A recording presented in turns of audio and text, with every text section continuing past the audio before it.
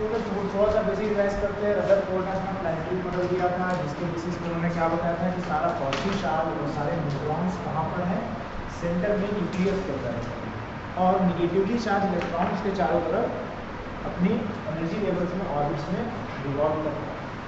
और भी क्या देखा था कि ज़्यादातर जो मोस्ट ऑफ द स्पेस होता है वो क्या होता है, एटम में एम्प्टी होता है, most of the space empty होता है। तो ये सब चीज़ को दोबारा दिखाने से मतलब नहीं होगा, ठीक है। उसके अलावा रेडियो एक्टिविटी के बारे में आपने रखा होगा, जाते हुए रेडियो एक्टिविटी क्या होता है, जैसे अल्फा रेस, बीटा रेस और कौन सी होती है, ये रेस कहाँ से ओरिजिनेट होती हैं, ये हमें फर्दर स्टडी से पता चलता है कि ये सारे न्यूक्लियस से ओरिजिनेट होते हैं। तो इनका ओरिजिन क्या है, इनका बिहेवियर क्या है, ये सब चीज़ें हैं। इनको कैसे हम बताते हैं, जब जो न्यूक्लियस है वो भी, इसमें भी जैसे इलेक्ट्रॉन्स के एनर्जी लेवल्स होते थे अलग अलग, जब एक न्यूक्लियस हायर एक्साइटेड स्टेट से ग्राउंड स्टेट में रिटर्न होता है, तो जो उसमें से एनर्जी और पार्टिकल्स रिलीज होते हैं वो रेडियो एक्टिविटी की फॉर्म में आते हैं, ठीक है। उसके अलावा एक मॉडर्न स्टडी थी, वो थी कि कई कॉस्मिक रेज के एक्सपेरिमेंट से हमें क्या पता है कि एक और फंडामेंटल पार्टिकल्स पता होते हैं, बोलते हैं। अभी जैसे पूछा जाए कि फंडामेंटल पार्टिकल्स कौन कौन से होते हैं, तो ज़्यादातर का जवाब क्या रहेगा, प्रोटॉन, इलेक्ट्रॉन, न्यूट्रॉन। बट इसके अलावा भी पार्टिकल्स होते हैं जो न्यूक्लियस में भी रहते हैं, ज़्यादातर उनसे न्यूक्लियस में इंटरेक्शन के समय हमें दिखाई देते हैं, इसीलिए हम उसको न्यूक्लियर स्टडी करते हैं। तो सबसे पहले लिख लो, nucleus is made up of, किसका बना होता है, protons and neutrons. Nucleus is made up of protons and neutrons.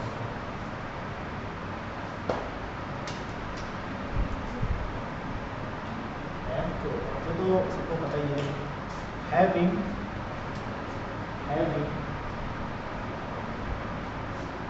जितने प्रोटॉन्स होते हैं उसे क्या बोलते हैं, एक एटम में जितने प्रोटॉन्स होते हैं उसका कुछ अलग से नाम होता है। एक एटम में जितने प्रोटॉन्स होते हैं उसका कुछ नाम होता है, कुछ टर्म इसको कहा जाता है, एटॉमिक नंबर का सिंबल क्या होता है, Z। तो इनको capital Z protons, capital Z protons. And neutrons कितने होंगे, कितने, न्यूट्रॉन्स कितने होते हैं, कैसे फाइंड आउट करते हैं, सो A minus Z, atomic mass का सिंबल क्या होता है, capital A। So capital A minus capital Z neutrons, and A minus Z, Z क्या हो जाएंगे, प्रोटॉन्स हो जाएंगे, और A माइनस Z क्या हो जाएंगे, न्यूट्रॉन्स हो जाएंगे। ये क्या होता था, sum of number of protons and neutrons है ना, न्यूक्लियस को लिस्ट होगा। नेक्स्ट पॉइंट लिखो, प्रोटॉन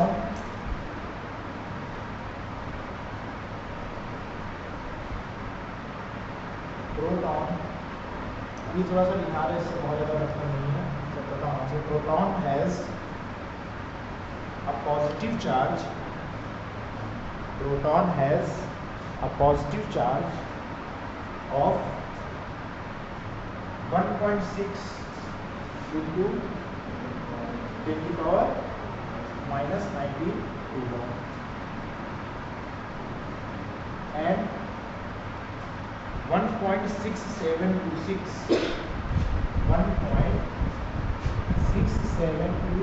into 10 की पावर कितने के जी में होता है, minus 27।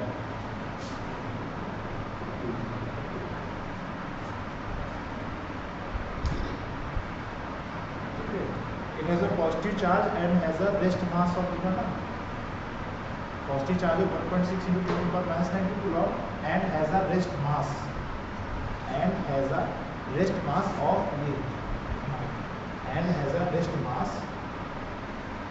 of 1.6726 into 10 to the power minus 90, sorry, 1.67 into 10 raised to power minus 27 full stop.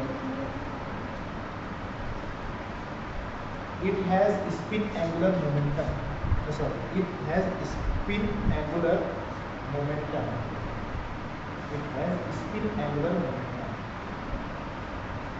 Quantum numbers जब पढ़े होंगे चार तो उसमें ये भी पढ़ा होगा ना, इलेक्ट्रॉन्स के लिए पढ़ा होगा दो तरीके के होते हैं, एक ही ऑर्बिटल में जो दो इलेक्ट्रॉन्स होते हैं तो कभी भी सारे क्वांटम नंबर से नहीं हो सकते, लेकिन एक ऑर्बिटल में दो होते हैं तो उनका कौन सा चेंज होता है? So it has spin angular momentum of 1/2 of 1/2. Protons का भी स्पिन एंगुलर मोमेंटम होता है and negligible magnetic moment.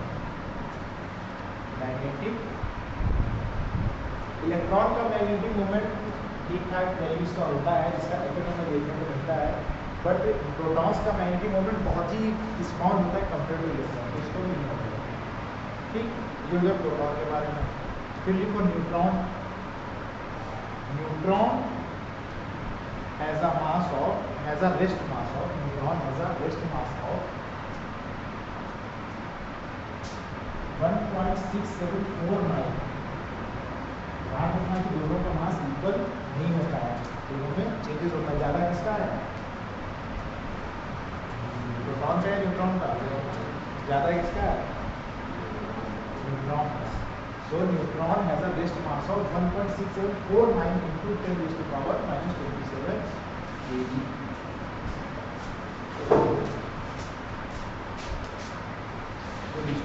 इसी पॉइंट में लिखो एंगुलर मोमेंटम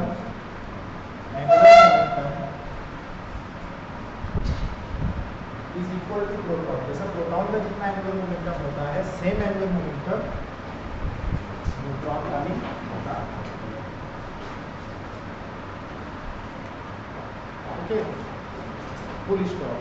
अब ये थोड़ी सी इसकी इंटरेस्टिंग प्रॉपर्टी है।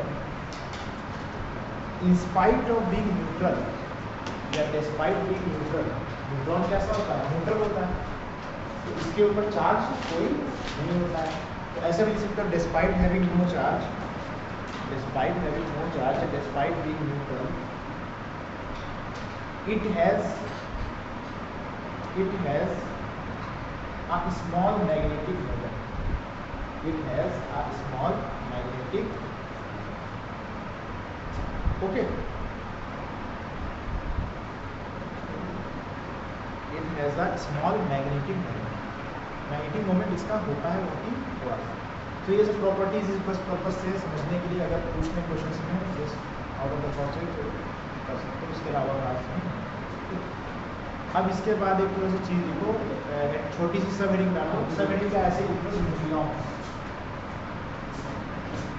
न्यूक्लियॉन लिखो, जो भी कलर यूज करते हो हेडिंग बनाने के लिए, और उसके अंदर बस nucleon.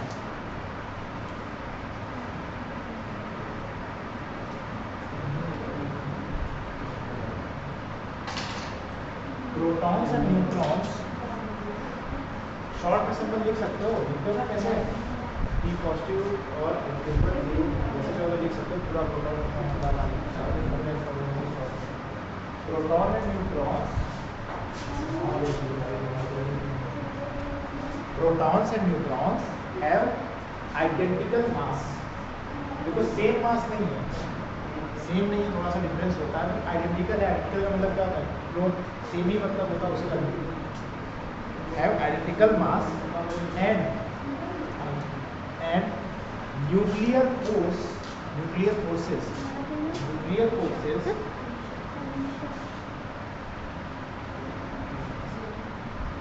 do not distinguish them,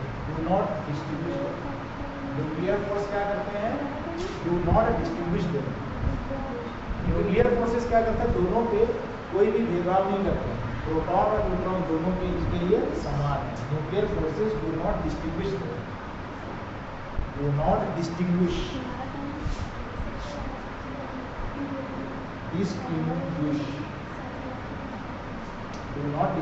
them and comma लगा करके so so both together are called, इनको क्या कहते हैं, न्यूक्लियॉन्स। प्रोटॉन और न्यूट्रॉन के लिए कॉमन टर्म होता है, वो न्यूक्लियॉन्स। अगर हम न्यूक्लियॉन्स बोल रहे हैं तो बेसिकली हम बोल रहे हैं कि न्यूक्लियस के अंदर के प्रोटॉन या न्यूट्रॉन, दोनों को क्यों न्यूक्लियस अलग से नाम दिया है, क्योंकि उनकी कुछ प्रॉपर्टी, न्यूक्लियर फोर्स दोनों को सेम एक्ट करता है, दोनों के ऊपर एक्ट सेम करता है, सेम बिहेवियर होता है न्यूक्लियर फोर्स का। वो डिफरेंशिएट नहीं करता है कि प्रोटॉन चार्ज है या और न्यूट्रॉन जो है वो अनचार्ज है, और दोनों का मास भी आइडेंटिकल होता है। तो कई प्रॉपर्टीज होती है जो दोनों में सेम होनी चाहिए, इस वजह से उनको न्यूक्लियॉन बेसिकली हम जब स्टडी करते हैं तो उनको न्यूक्लियॉन। ओके, अब सभी को एटॉमिक नंबर पता है, मास नंबर पता है, ये सब कुछ कराना दोबारा हमारा मतलब नहीं है। न्यूक्लियॉन्स भी समझ गए, फिर लिखो न्यूक्लियर मास, ऐसी छोटी हेडिंग डालना न्यूक्लियॉन्स की तरह, न्यूक्लियर मास। इसको यूजली अपने नोट किससे करेंगे, कैपिटल एम से, कॉमा लगा करके कैपिटल एम लिखना, न्यूक्लियर मास। ये सिंपली क्या है, जो न्यूक्लियस है उस पूरे न्यूक्लियस का मास, पूरे न्यूक्लियस का मास। एटॉमिक नंबर हमें क्या बताता है, सॉरी मास नंबर, दोनों में कितने प्रोटॉन और न्यूट्रॉन कितने, दोनों को हम सम कर ले रहे थे ना, दोनों को ऐड अप कर ले रहे हैं। न्यूक्लियर मास बेसिकली क्या होता है, टोटल न्यूट्रॉन्स और प्रोटॉन्स का मास। तो लिख लो, इसी में छोटा सा लिख लो, total mass of protons and neutrons.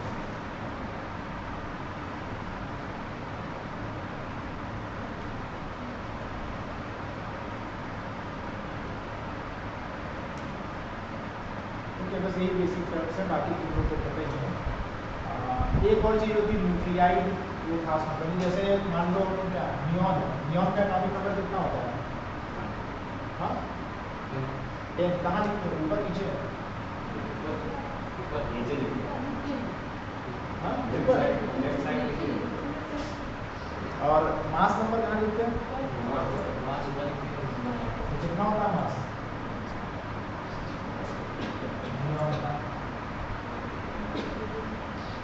याद है कितना होता है, 20। हाइड्रोजन का 1, ड्यूटेरियम का। जब इस तरीके से किसी स्पीशीज को लिखते हैं, किसी भी एलिमेंट्स को लिखते हैं, उसको न्यूक्लाइड बोल देते हैं कभी कभी। यूजुअली इसका यूज हमें कहीं मिलेगा नहीं, सबसे खास मतलब, बट इसको न्यूक्लाइड बोल देते हैं। ओके,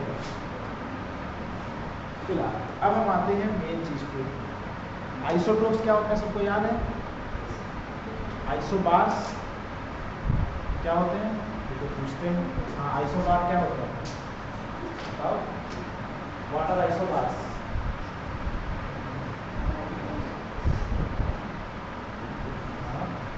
थोड़ा देर से,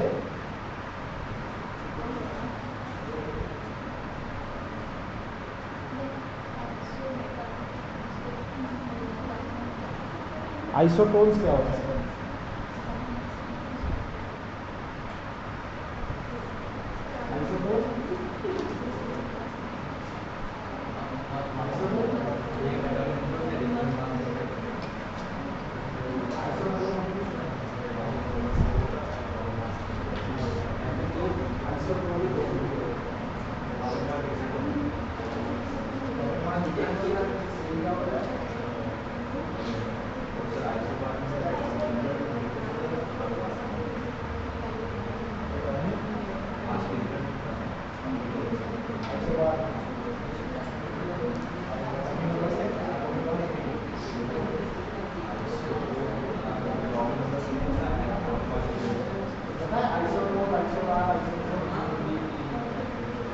आइसोटोन नहीं याद है, क्या होता है, हाँ हेडिंग लिखो सबसे पहले आइसोटोप्स। अब इस समय 10 मिनट जाए, हाँ ऐसे नहीं बनाएंगे, देखो आइसोटोप्स ऐसे छोटी सी हेडिंग डालो। आइसोटोप्स में क्या होगा, सेम जेड, सेम जेड का मतलब क्या हुआ, एटॉमिक नंबर सेम है, ठीक है, ब्रैकेट में लिख लेना, सेम जेड लिखो, ब्रैकेट में लिखो same chemical properties कौन डिसाइड करता है? Electronic configuration. और क्योंकि एक न्यूट्रल एटम में इलेक्ट्रॉन प्रोटॉन्स के बराबर होंगे, न्यूट्रॉन के बराबर होंगे, तो सेम केमिकल प्रॉपर्टीज उसी ब्रैकेट के अंदर comma same position on periodic table, क्योंकि वो दोनों एक ही एलिमेंट है, same position on periodic table bracket पर डिफरेंट ए कैपिटल ए का मतलब एटॉमिक मास या मास नंबर क्या होता है? एटॉमिक मास या मास नंबर? Mass number. ब्रैकेट में लिखो different neutrons, different number of neutrons. Examples क्या क्या है? जैसे यहीं पर पहले लिखा था हाइड्रोजन, ड्यूटेरियम, ट्राइटियम। हाइड्रोजन में क्या होता है?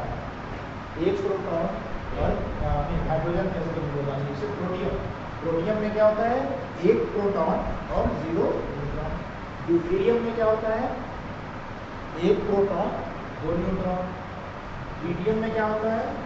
एक प्रोटॉन 2 न्यूट्रॉन, जो कि अनस्टेबल होता है, इसे लैबोरेटरीज में बनाया जाता है न्यूक्लियर रिएक्टर। पता है या नहीं? लिखो इसी प्रोटियम, ड्यूटेरियम, ट्रिटियम बता दो मैं, प्रोटियम, ड्यूटेरियम, ट्रिटियम ऐसे लिखो। H11 न्यूक्लाइड्स की फॉर्मूला प्रोटियम में, ड्यूटेरियम में, ट्रिटियम में। गोल्ड के बहुत ज़्यादा आइसोटोप्स होते हैं, कितने होते हैं? सबसे ज़्यादा गोल्ड के आइसोटोप्स होते हैं। किसी को याद है कितने होते हैं? मुझे भी नहीं याद है, 4 से ज़्यादा होते हैं। ओके, आइसोटोप समझ में आया। उसके बाद हेडिंग लिखो छोटी आइसोबार। आइसोबार में क्या होगा? Same mass number and different atomic number. तो ये क्या होंगे? सेम एलिमेंट होंगे, अलग अलग एलिमेंट होंगे। यहाँ पे जैसे क्या है, इसमें एक ही एलिमेंट है ना। क्लोरीन में क्या हो जाता है? एक 35 का होगा, क्लोरीन में 37 होता है। तो यहाँ दोनों कोई भी के तो है पीरियोडिक टेबल पे क्या दोनों सेम एलिमेंट है, केमिकल प्रॉपर्टी सेम है, फिजिकल प्रॉपर्टीज में डिफरेंस आता है, रेस्टी में इन सब चीज़ों में। सो लिखो आइसोबार में same a different Z, bracket में लिखो डिफरेंट एलिमेंट्स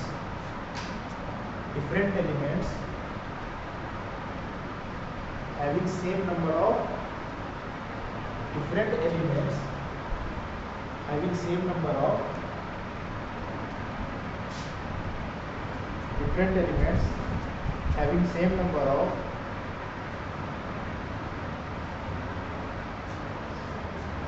क्या सेम नंबर है? ये तो लिखा दिया, यहाँ दूसरा किससे लिखा? प्रोटॉन न्यूट्रॉन दोनों को जोड़ करके क्या बोलते थे? न्यूक्लियॉन्स। तो सेम नंबर ऑफ न्यूक्लियॉन्स, उनके अंदर गिनती जो है न्यूक्लियॉन्स की वो सेम होगी। वही तरीका लिखने का, कोई खास वो अलग चीज़ नहीं लगा रहा। फिर लिखो क्या? आइसोटोन्स। एग्जाम्पल यही है, इसका क्या हो जाएगा? हीलियम में कितना होता है? वही होते हैं ना, न्यूट्रॉन होते हैं 4।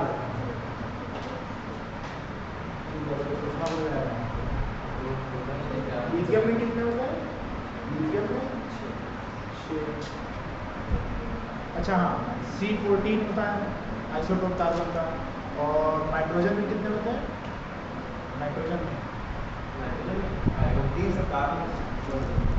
नाइट्रोजन का मास नंबर कितना होता है?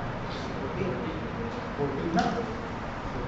नाइट्रोजन 14 और कार्बन कौन सा? 14 का। ये दोनों क्या हो गए? आइसो क्या?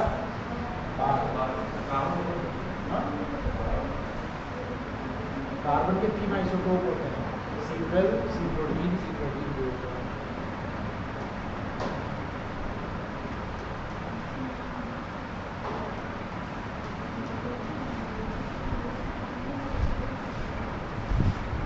होता है या नहीं कार्बन का? चलो फिर बाकी देख लेना क्लोरीन और सल्फर का एक होता है, उसके अलावा एक हीलियम और हाइड्रोजन का भी होता है, हीलियम का आइसोटोप एक रहता है, तो वो देख लेना। ये भी लिखाया है क्या पूरे, समझ गए ना क्या कॉन्सेप्ट है। फिर लिखो आइसोटोप्स। आइसोटोप में क्या होगा, इसके अंदर क्या होता है, सेम नंबर ऑफ न्यूट्रॉन्स, वो same number of neutrons, same number of neutrons.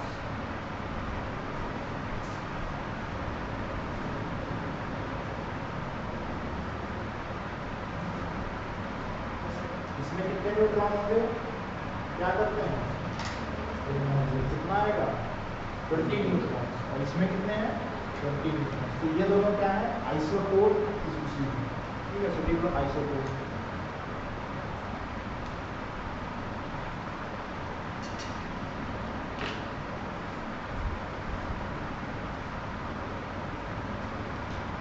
एक और से निकलो, इससे खास मतलब नहीं है, पर लिख लो आइसो का, ISOPER, ये वो वाला है,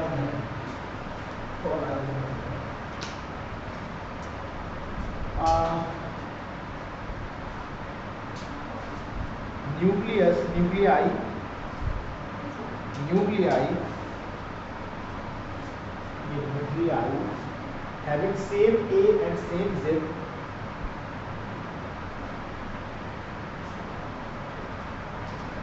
same A and same Z,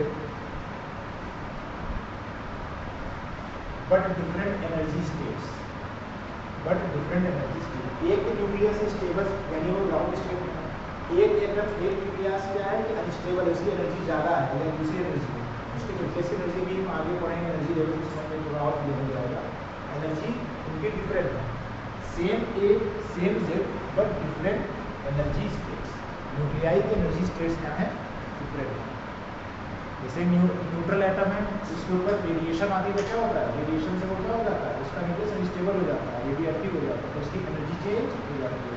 जो नॉर्मल है न्यूट्रली वो क्या है, ग्राउंड स्टेट, अगर उसको रेडिएशन फॉल हो रही है, उसकी एनर्जी एब्जॉर्ब कर रहा है, उसके न्यूक्लियस की प्रॉपर्टीज चेंज हो रही हैं, तो वो क्या हो जाएगा, एक्साइटेड स्टेट में। जैसे इलेक्ट्रॉन्स एनर्जी एब्जॉर्ब करके एक्साइटेड स्टेट में जाते हैं, न्यूक्लियस भी जाते हैं, ठीक है। एटॉमिक मास सबको पता है, कैसे फाइंड करते हैं, किसके बेसिस पर होता है, एटॉमिक मास यूनिट याद है ना, किसके बेसिस पर होती है, कैसे हम फाइंड करते हैं। हाइड्रोजन का मास हम 1 यूनिट कैसे बोलते हैं, या लिथियम का मास 3 यूनिट वैसे तो पॉइंट में होता है, 3 यूनिट में क्या कैसे बोलते हैं, किस बेसिस पर,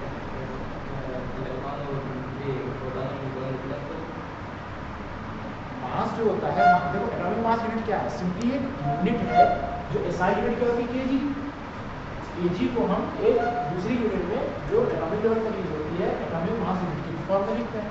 तो वो यूनिट को डिफाइन किसके बेसिस पे करा गया है, कार्बन 12 आइसोटोप के बेसिस पे।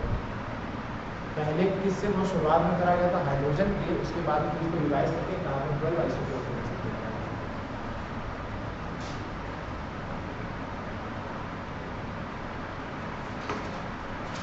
पॉइंट पहलू आगे AMU, हालांकि आजकल तो बस इसको सीधे यूनिफाइड मास बोलते हैं, स्मॉल यूनिट बोलते हैं, देखो AMU।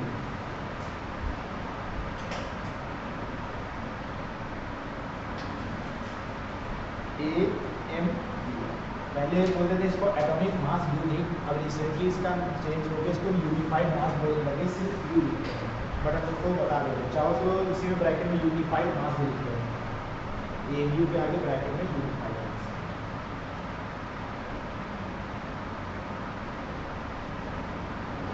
देखो जब ये बात आई कि हम एटम्स का मास कैसे लिखें, अगर हम मास डायरेक्टली लिखेंगे तब तो ऐसे वैल्यूज आएंगे, कौन याद कर पाएगा, या चार्ट पढ़ना भी रिलेबल भी नहीं होगा। तो कहा गया क्यों ना हम एक नई यूनिट बना दें जो उसके लिए सूटेबल हो। तो कहा गया कैसे बनाई जाए, तो उन्होंने कहा कि जो कार्बन का एक एटम है उसका एग्जैक्ट मास नाप लो इस फॉर्म में ऐसे केजी, उसको मान लो कि वो 12 MU के बराबर है, 12 MU के बराबर है, और उसके बेसिस पर 12 से डिवाइड करके 1 MU को डिवाइड करो, सबका मास उसी बेसिस पर बताओ। सो MU के अंदर लिखो,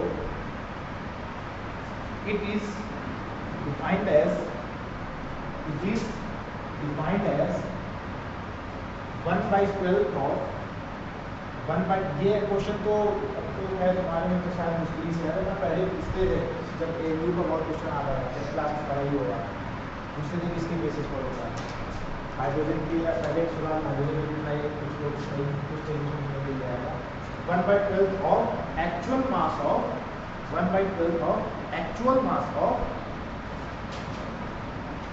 कार्बन 12 एटम, कार्बन 12 एटम, ठीक। फिर स्टॉप, अभी ये एट नहीं हुआ है। कार्बन के 12 के मास के एक एटम का एक्चुअल वेट होता है 1.99268 into 10 raise to the power -26 kg, 1.99268 into 10 की पावर -26 kg। उसको हम क्या मान लेते हैं कि वो 12 AU के बराबर है, ऐसे ये मास था, सबके मास इसी तरीके से होते हैं, तो इसको क्या मान लिया कि ये 12 AU मान लिया। क्यों 12 AU मान लिया? क्योंकि उसका क्या था, कार्बन 12 था, 12 मास नंबर होता है, इस वजह से। तो यहाँ से कहा गया अच्छा 1 AU कितना होगा, तो इसको क्या कर दिया गया, डिवाइड कर दिया गया, तो 1 AU आ गया, सबका मास हमने उसी में लिख दिया। तो ये मत लिखो 1 AMU इज इक्वल टू, उसके नीचे लिखो 1 AMU इज इक्वल टू, अब इसका भी आगे काम आएगा जब हम बाइंडिंग एनर्जी पढ़ेंगे, AMU की एग्जैक्ट वैल्यू 1.66056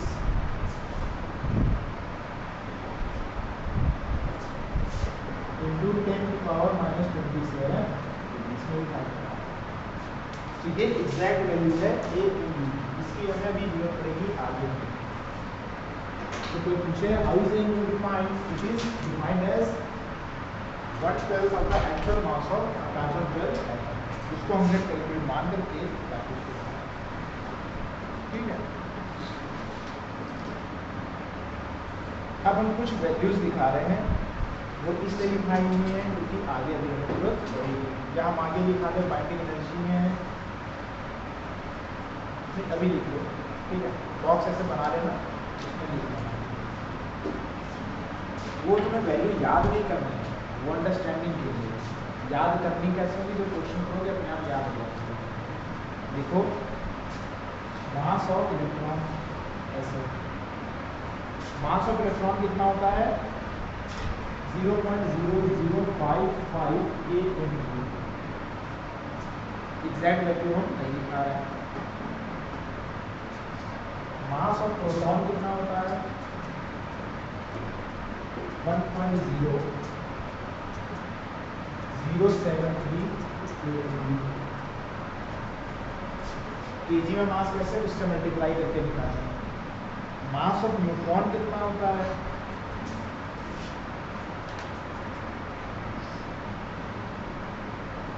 1.0086,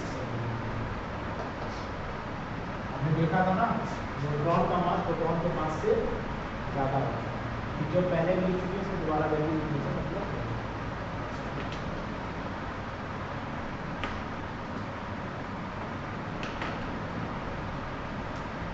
एटम्स में स्पेक्ट्रम के समय एक इंस्ट्रूमेंट का नाम बताया था जिससे हम मेजर करते हैं ना स्पेक्ट्रल एमिशंस को, स्पेक्ट्रो, तो नीचे लिखो atomic mass can be measured, atomic mass can be measured accurately. अब ये सब मास हमें पता चले कैसे है, जाहिर सी बात हमने तराजू पर कोई तौला नहीं है, बेसिक से तराजू नहीं तौला। The atomic masses can be measured accurately using an instrument called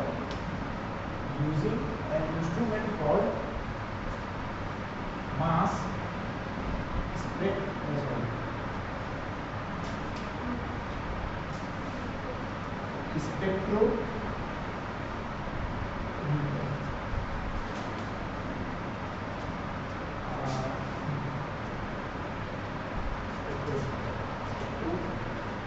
mass mass spectrometer या स्पेक्ट्रोमीटर जो यूजुअली ऐसा होता है इमिशन लाइंस को सिर्फ हमें दिखाएगा, हालांकि उसका यूज हम नहीं कर सकते हैं। मास स्पेक्ट्रोमीटर को डिजाइनिंग अलग से करा गया था मास बताने के लिए, किसी भी एटम का मास ऐसे बताता है, कैसे बताता है उसके उसमें डिटेल में हमें नहीं बताना।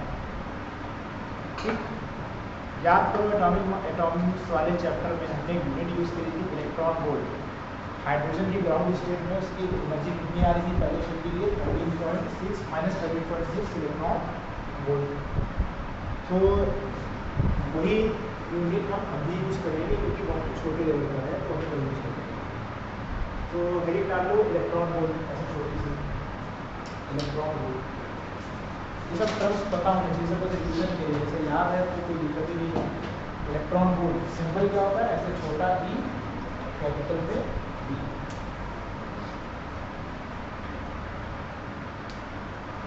शॉर्ट में लिखा रहे हैं तो एनर्जी छोटा ई होगा और उसमें एनर्जी एक्वायर्ड इसके क्या होती है ACQUIRED एक्वायर्ड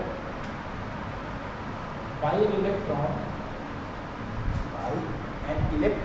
इसीलिए इसका नाम इलेक्ट्रॉन वोल्ट है। इलेक्ट्रॉन की होती है when energy acquired by an electron when it is accelerated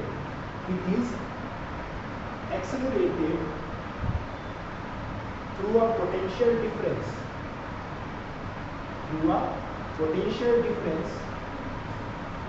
of potential difference की यूनिट क्या होती है? potential difference की unit accelerated through a potential difference of 1 volt। ये किस चीज की एनर्जी है? फुल स्टॉप लगा लेना। ये किस चीज की यूनिट है? इसकी एनर्जी की, ये एनर्जी की यूनिट है। जैसे जूल होती है SI यूनिट। एटॉमिक लेवल पर क्या यूज कर रहे हैं? Electron volt. सेम केस मास जैसे बहुत छोटा वहां पर डेसिमल्स में वैल्यू आती है, यहाँ पर भी बहुत ही छोटी सी वैल्यू है। ठीक है, एक पॉइंट लिखो, इसी में नेक्स्ट पॉइंट बता देते हैं। A bigger unit, ये जो यूनिट है एटम्स में तो इलेक्ट्रॉन वोल्ट वर्क करने के लिए इलेक्ट्रॉन्स की एनर्जी के लिए, न्यूक्लियस पर ये काम ये एनर्जी ये यूनिट इतनी सफिशिएंट नहीं होती है। A bigger unit called million electron volt bracket में लिख लेना, ये सिंबल है उसका। इसके नीचे कैपिटल M लगाना, capital M small e capital E, million electron volt. Mega भी समझ सकते हो इसे। Million electron volt is used for energy in nuclear reactions। Nuclear reactions में हम क्या यूज करेंगे? Million electron volt. Electron volt वहाँ पर बहुत ही छोटी यूनिट होगी, वहाँ पर जो एनर्जी मिलेगी हमें मिलियन इलेक्ट्रॉन वोल्ट के फॉर्म में मिलेगी। हाँ, एक चीज़ थोड़ा सा ध्यान रखना आगे से, केमिकल वाला तो सब कुछ छोड़ रखा है। अब हम न्यूक्लियर रिएक्शंस की तरफ बढ़ेंगे तो वहाँ पर वो पुरानी चीज़ें थोड़ी सी बाय होने लग जाएंगी, तो ध्यान रखना है, पूछ लेना कि कहाँ पर वो चीज़ें समझ। ठीक है, अब एक इम्पॉर्टेंट हिंट डालो जो थोड़े से रेडिकल आइडियाज में से एक है। रिलेशन बिटवीन हेडिंग है ये इम्पॉर्टेंट। रिलेशन बिटवीन AMU, ये छोटा a रहेगा, मैं आगे पहला AMU and MEV million electron volt. Simple देख लेना, इसका capital M small e capital E, वो is small. Relation between AMU and million electron volt heading डाल दी। अब AMU किस चीज की यूनिट है, किस क्वांटिटी की, क्या हम मेजर कर रहे हैं? मास की यूनिट है kg में। मिलियन इलेक्ट्रॉन वोल्ट किस चीज की यूनिट है? एनर्जी की। मास और एनर्जी क्या दोनों इक्वल हो सकते हैं? मास क्या चीज होती है? मास, पार्टिकल मास होता है, और एनर्जी होती है। आइंस्टाइन तो वैसे बहुत फेमस है, इनकी सबसे फेमस इक्वेशन कौन है? E = mc², जहाँ m क्या है? मास, और E क्या है? एनर्जी। आइंस्टाइन ने बेसिकली क्या कहा था कि हर मास को मास क्या है, वो एनर्जी ही होती है। मास और एनर्जी सेम चीज है। सेम चीज से मतलब कि मास भी एनर्जी की एक फॉर्म है। लिख लो इसके नीचे, as per as as per Einstein's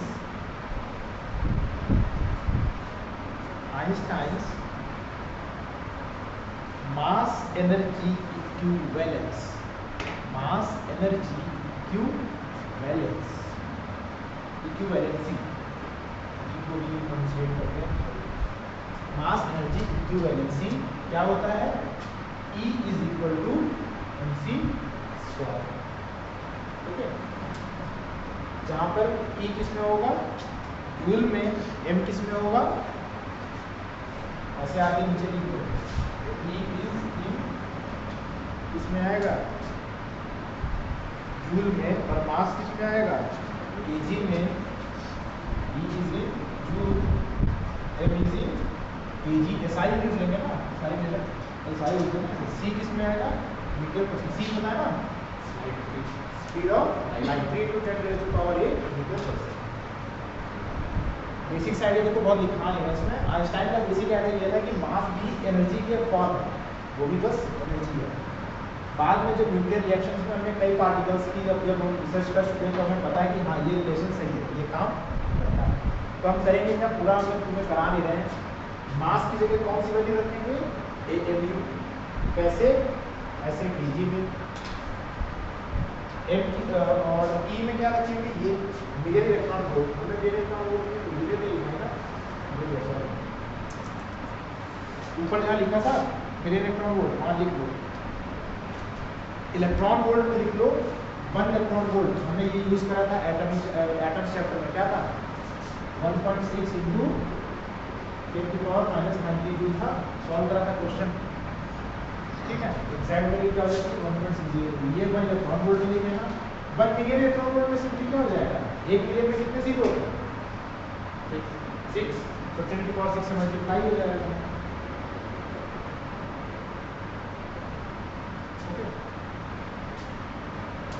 multiply हो जाएगा। कुछ इन दोनों वैल्यूज को इसमें रखते हैं, ठीक है, तो हमें क्या आता है कि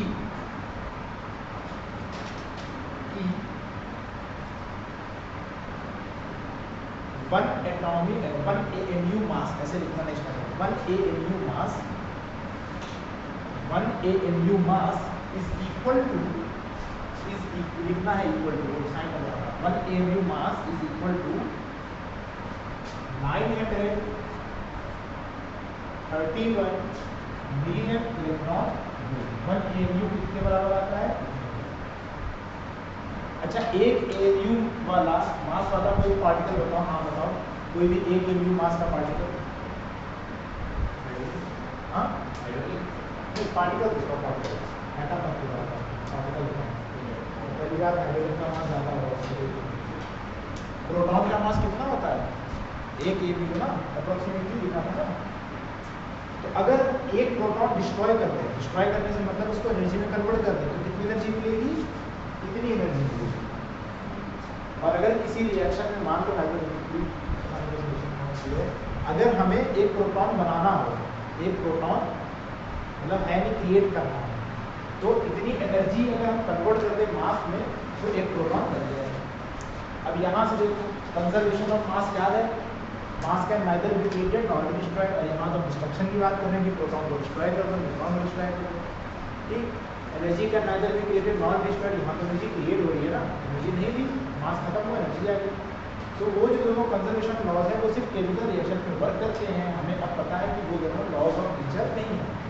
इसका एक कंबाइंड फॉर्म होता है, पहले भी बताया था वैसे तो, the combined sum total of mass and energy in universe is constant. पूरे यूनिवर्स का कांस्टेंट क्या है, मास और एनर्जी का सम, मास की एनर्जी में कन्वर्ट होता रहता है, वही आंसर का पहला सॉल्यूशन।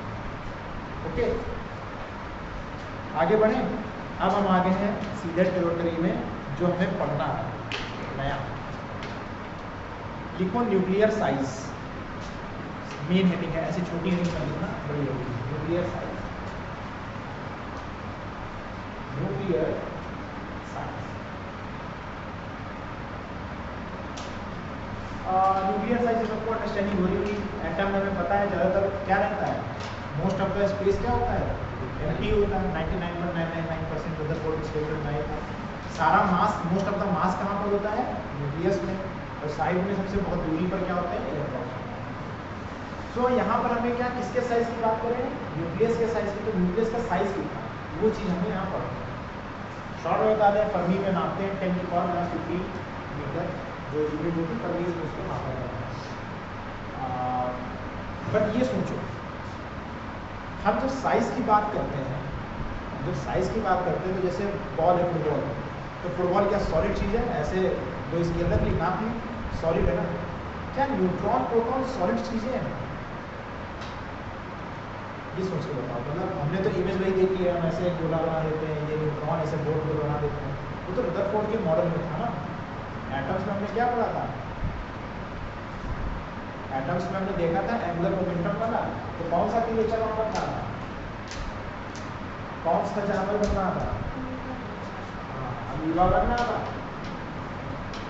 क्या इलेक्ट्रॉन, हमने देखा था इलेक्ट्रॉन जैसे एक मतलब वेव होती है, वेव नेचर है, इसका कोई फिक्स साइज जैसा नहीं कि वो इस जगह पर एग्जिस्ट करता है, ठीक है। बाकी हाइजेनबर्ग से और श्रोडिंगर की वजह से हमने भी देखा है कि हम क्या निकालते हैं, हम निकालते हैं जब हम बोलते हैं ऑर्बिट, ऑर्बिट या ऑर्बिटल्स, तो हम क्या बात कर रहे होते हैं, the region where the probability of existing an electron is highest. हम एक प्रोबेबिलिटी की रीजन की बात करते हैं, हम कभी भी एक पॉइंट की बात नहीं कर सकते, ठीक। हाइजेनबर्ग कंसेंट्रेटिव प्रिंसिपल भी वहाँ यूज हो जाता है कि किसी भी चीज़ की हम पोजीशन और वेलोसिटी, मोमेंटम को एक साथ मेजर नहीं कर सकते। तो अगर हमें उसकी वेलोसिटी पता है तो उसकी पोजीशन भी पता होगी, अगर उसकी पोजीशन फिक्स करना है तो उसकी वेलोसिटी भी जीरो करनी पड़ेगी, okay.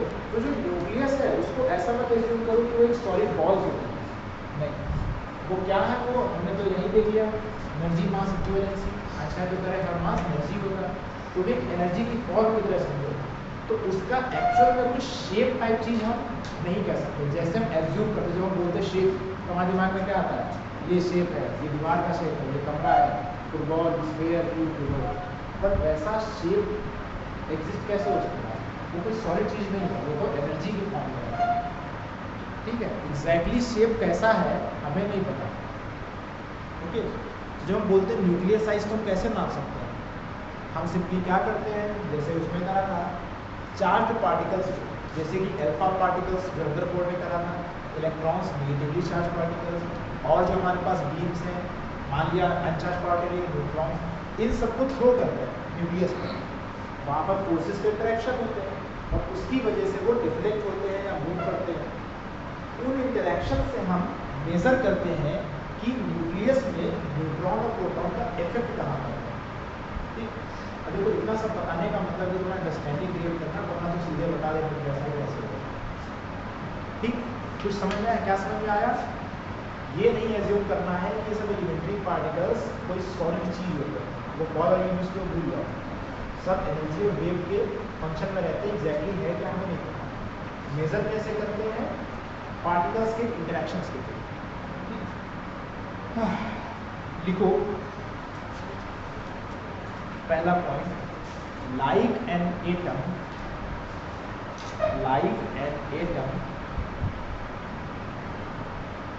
a nucleus is not a solid object. A nucleus is not a solid object.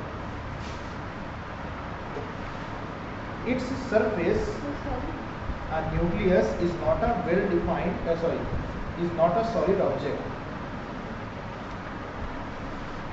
Not a solid object. Full stop, उसी में लिखो, its surface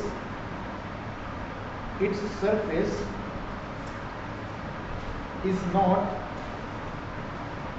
a well-defined boundary. इसकी सरफेस नहीं होती, ऐसा नहीं कि हम ऐसे चलते जा रहे हैं और यहाँ एक जगह न्यूक्लियस स्टार्ट हो गया, वो सब फजी नहीं है, वहाँ पर क्या है, कोई well-defined बाउंड्री हमें नहीं पता। Full stop. नेक्स्ट पॉइंट लिखो, छोटे में कैसे लिखना है, पूरे लिखो, by performing scattering experiments. Rutherford वाला स्कैटरिंग याद है ना, वैसे ही स्कैटरिंग सो स्कैटरिंग एक्सपेरिमेंट्स करते हैं, रदरफोर्ड ने जैसे अल्फा से करी थी, अल्फा पार्टिकल्स परीक्षण किया, और भी लोगों ने करी, सिर्फ उन्होंने नहीं करी, और भी लोगों ने करी बाद में। फिर कई लोगों ने कोशिश करी कि दूसरे पार्टिकल को यूज़ करें, अल्फा के अलावा देखते हैं क्या फर्क पड़ता है। So by performing scattering experiments using high energy probes, ना दिखाएंगे बहुत ज़्यादा दिखा रहे हैं, by using high energy probes जो थोड़ा कमजोर होते हैं, such as protons, electrons, neutrons, alpha particles, etc.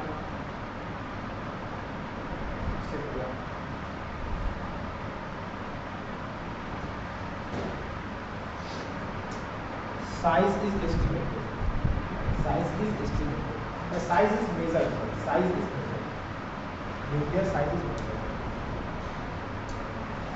ज़्यादा लिखाने का इसका मतलब था नहीं चाहिए, तुम लोगों को कभी लिखने का शौक है ना।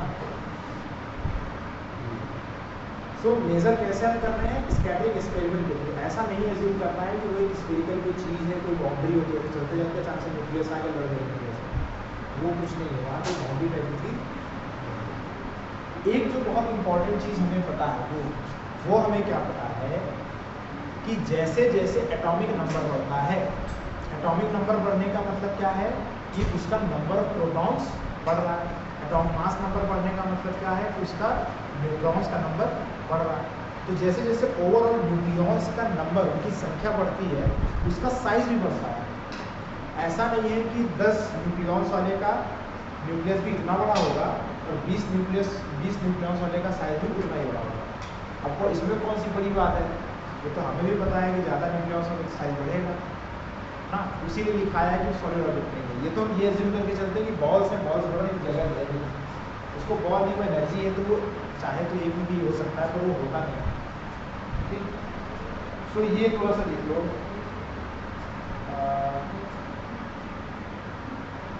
इंपॉर्टेंट पॉइंट है, स्टार मार्क कर लेना। वॉल्यूम ऑफ न्यूक्लियस, कॉम्प्लेक्स तौर पर लिखा है, volume of nucleus is directly proportional to number of neutrons या मास नंबर ए, ये होता है ना मास नंबर, ऐसे लिखो। ये इंपॉर्टेंट रिलेशन है। ये हमें कैसे पता है, थ्रू एक्सपेरिमेंट्स। एक्सपेरिमेंट की हमें पता है कि वॉल्यूम ऑफ न्यूक्लियस क्या होता है, एटॉमिक मास का होता है।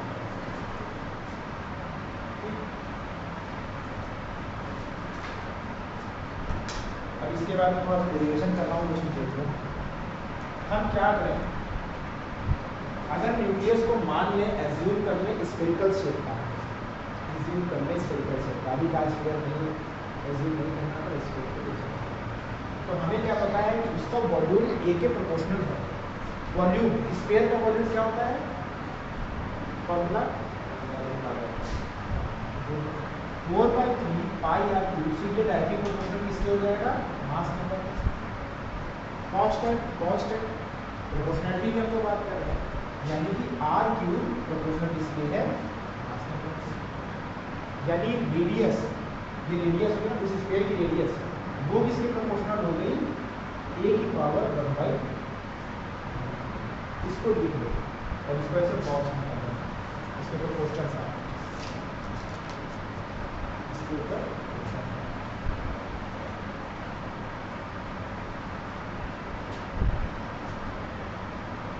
हमें पता है कि न्यूक्लियस का साइज कैसे, cube root of mass number के रिलेशन में इंक्रीज होगा। यानी कि अगर मास नंबर होगा 8 टाइम्स तो रेडियस कितनी बढ़ेगी, डबल हो जाएगी। अगर मास नंबर बढ़ेगा कितना, 27 टाइम्स, तो रेडियस हो जाएगी 3 टाइम्स। डबल क्यों बोला, समझ में क्या बोल रहा है। अगर मास नंबर 27 टाइम्स इंक्रीज होगा तो उसका क्यूब रूट कितना होगा, 27 का 3, तो रेडियस कितनी हो जाएगी, पहले की रेडियस की ट्रिपल हो जाएगी। अब एक प्रोपोर्शनलिटी है, इसको हटाएंगे तो कोई कांस्टेंट आना चाहिए, इसको ऐसे एक नाम देते हैं R0, जहाँ R0 होता क्या है, इसका एक नाम है और इसकी वैल्यू होती है हाँ इसको बोलते हैं न्यूक्लियर यूनिट रेडियस।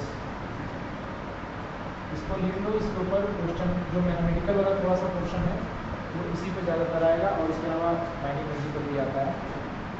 इसकी वैल्यू कितनी है 1.2 फर्मी, फर्मी पता है ना, 1.2 × 10⁻⁻⁵ ठीक है, ये लीजिए।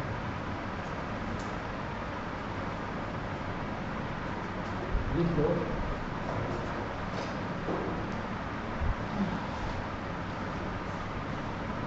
पहले मैं इसके ऊपर क्वेश्चंस करा दें कुछ, फिर आगे में जिससे कि बोरियत खत्म हो जाए, यूट्यूब पे कर रहे हैं।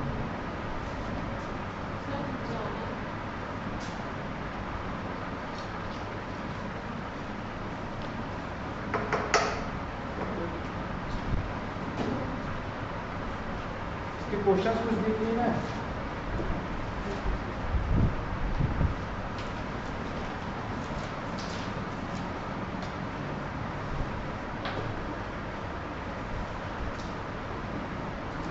बस एक टॉपिक और बना लेते, फिर क्वेश्चंस करते हैं, उसके बाद फिर आगे करेंगे। इजी टॉपिक में भी क्वेश्चंस हो जाएंगे, चिंता ना करो उसको। इतनी की समझ में आए क्या हुआ? ये है रेडियस निकालने का हमारा रिलेटिव फॉर्मूला। जैसे कि मान लो हमें निकालनी हो किसकी रेडियस, जैसे कोई बोलो एटम 27 किसका होता है, मास नंबर 27 मास नंबर किसी का होता है यार, मास नंबर पूछ रहे हैं यार, मास नंबर एटॉमिक नंबर नहीं।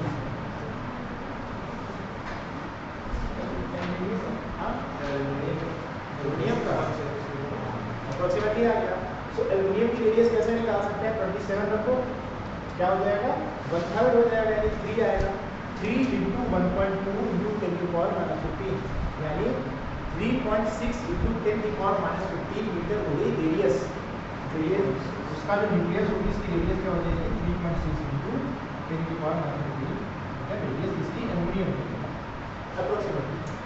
तो इस तरीके से सब साइज करके कर सकते हैं।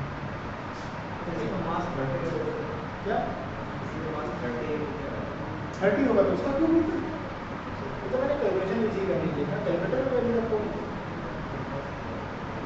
फिर लिखो बस वही एक ही आखिरी टॉपिक है इसमें। अभी देखिए न्यूक्लियर डेंसिटी, न्यूक्लियर डेंसिटी। अच्छा न्यूक्लियर भी फेमस वर्ड है, न्यूक्लियर फुटबॉल पता है किसे क्या होता है, न्यूक्लियर फुटबॉल सुना है,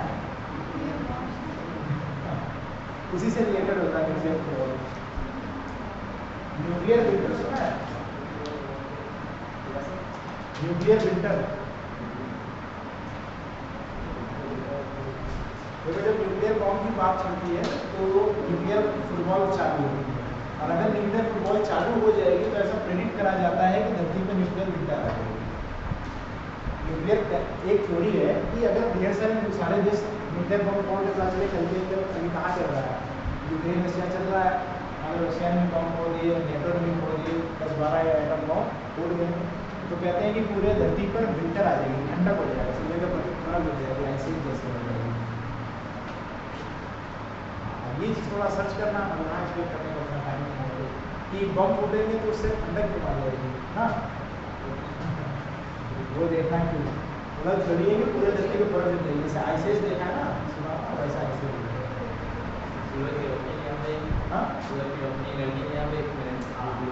मेन उसमें ये है।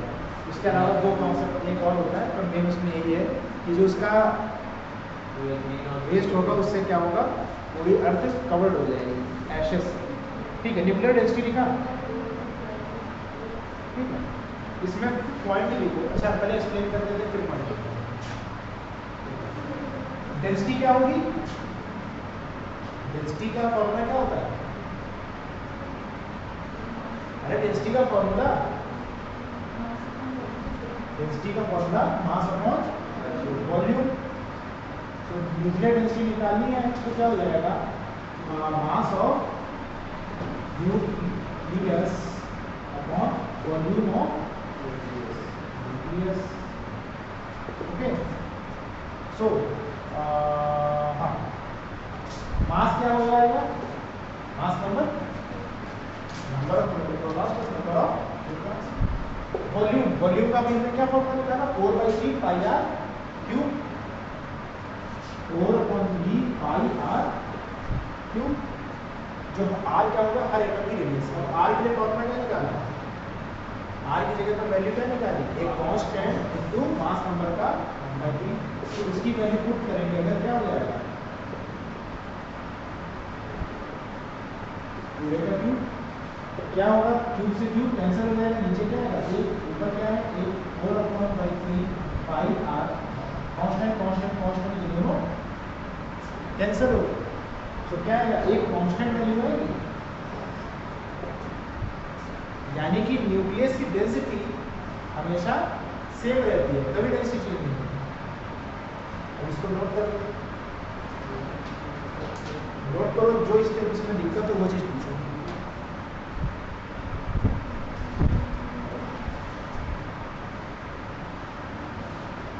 सिंपल सा है ना density equal to mass number mass हमने वैल्यू रखी मास नंबर वॉल्यूम हमने जो वहां स्फेरिकल एज्यूम करके रखा था रख लिया कांस्टेंट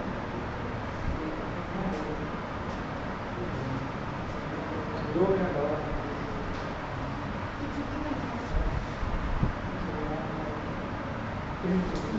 क्वेश्चंस करेंगे हमारा फेवरेट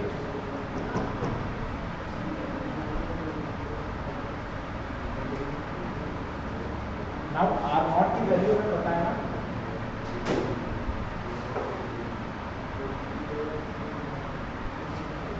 हाँ एक चीज तो भूलिएगा मास नंबर तो रखेंगे एक एम की वैल्यू रखेंगे ना तो वो चीज मल्टीप्लाई में रखेंगे। एम क्या है मास ऑफ 1 एमयू।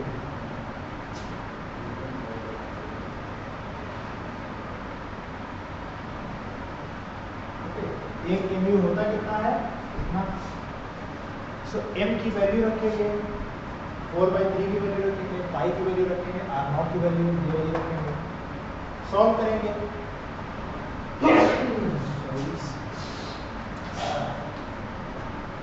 देखो लास्ट में रो न्यू इज इक्वल टू बस ये वैल्यू है जिसको याद नहीं करना है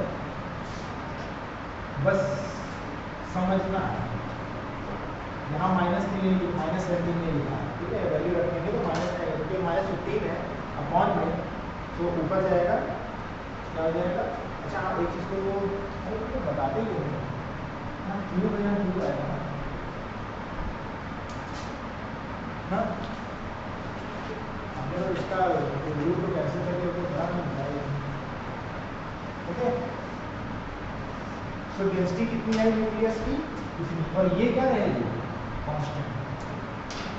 ओके लिखो फिर nuclear density remains constant nuclear density remains constant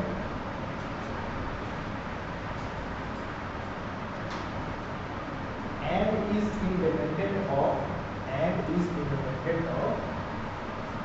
mass number or size। Mass number independent मतलब कोई फर्क नहीं पड़ता ना एक वैल्यू कैंसिल हो गई।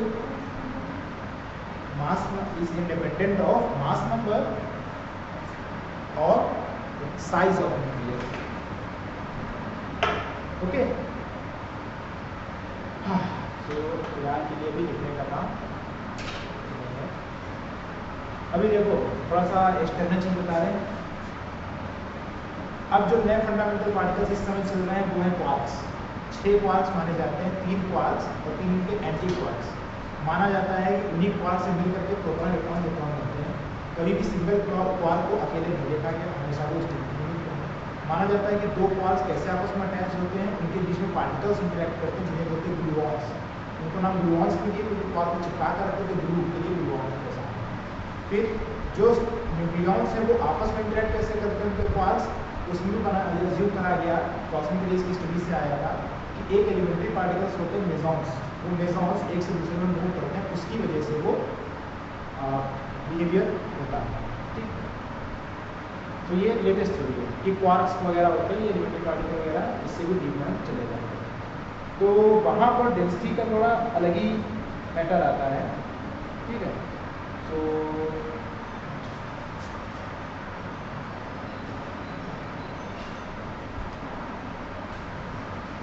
इसकी डेंसिटी कितनी आई 2.3 into 10 की पावर 17। इसमें कितने जीरो लगेंगे अगर जीरोस में लिखेंगे 2 लिखेंगे 3 लिखेंगे कितने जीरो लगाएंगे यार 16 जीरोस। तो छोटी मोटी वैल्यू बड़ी वैल्यू है बहुत बड़ी वैल्यू। वाटर की डेंसिटी कितनी होती है वाटर की डेंसिटी होती है 1000 किलोग्राम पर मीटर क्यूब। तो वाटर के कंपैरिजन में तो इसके आगे कितने और जीरो हैं बहुत जीरो है 17 जीरो है 2.3 है ना। तो ये बहुत बड़ी डेंसिटी है। ये डेंसिटी कोई मेटल वेक्टर भी इसके डेसिमल्स में वैल्यू पहुंचेगी बहुत बड़ा। तो न्यूट्रॉन न्यूक्लियस की डेंसिटी बहुत ज़्यादा होती है न्यूक्लियस की डेंसिटी बहुत ज़्यादा होती है। तो एक तरीके की स्टार होती है उन्हें कहते हैं न्यूट्रॉन स्टार। वो ये यूनिवर्स में सबसे डेंसेस्ट ऑब्जेक्ट होते हैं न्यूट्रॉन स्टार। ने सुना है कहीं देखा है कहाँ देखा तो कहाँ होगा देखा होगा क्या हमने ट्राई कैसे करना है न्यूट्रॉन स्टार सबसे डेंसेस्ट ऑब्जेक्ट होते हैं। एक्चुअल में क्या है कि वो इतने डेंस और इतने एनर्जेटिक ऑब्जेक्ट्स हैं कि उसके अंदर जो एटम्स हैं उसके सारे के सारे इलेक्ट्रॉन लूज हो चुके हैं। तो वो खाली क्या बचते हैं न्यूक्लियस बचते हैं सारे। तो इसीलिए उसको न्यूट्रॉन स्टार बोलते हैं। उसकी जो वैल्यूज होती हैं उसकी जो डेंसिटी होती है वो बहुत ज़्यादा होती है। न्यूक्लियस की डेंसिटी जो होती है बहुत ही ज़्यादा होती है। ध्यान रखें अगर कोई पूछे दुनिया में सबसे ज़्यादा डेंसिटी किस चीज़ की होती है अगर ऑब्जेक्ट पूछ रहा है तो न्यूट्रॉन स्टार। अगर पूछे कि मतलब कोई भी चीज़ बताओ उसकी फिजिकल क्वांटिटी फिजिकल पार्टिकल कुछ भी सबसे ज़्यादा कौन डेंस है न्यूक्लियस। ठीक अब आगे बढ़ते हैं। सब कुछ लिख ही रखा है यहाँ पर मुझे जगह बनानी पड़ेगी थोड़ी सी। तो पीजी निकालो MPG निकालो तो क्वेश्चंस राइट एंड शाइन। अरे बिना क्वेश्चन के क्या करोगे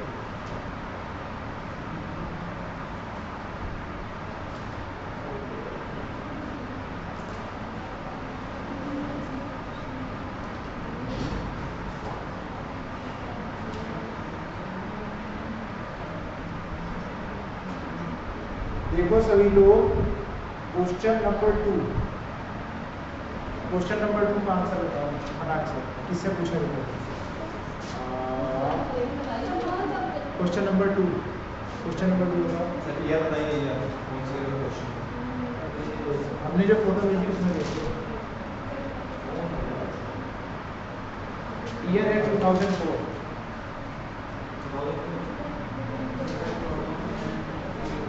तुम्हारे पास बुक नहीं है फोन भी नहीं है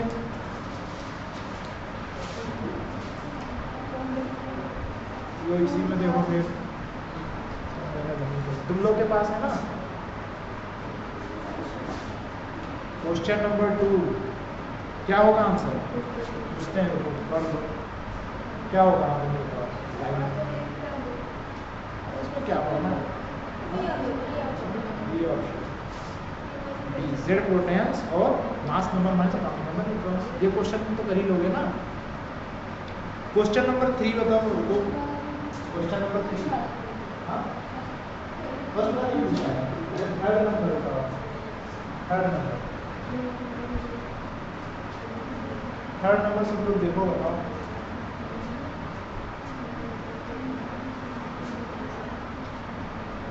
मास नंबर क्या होगा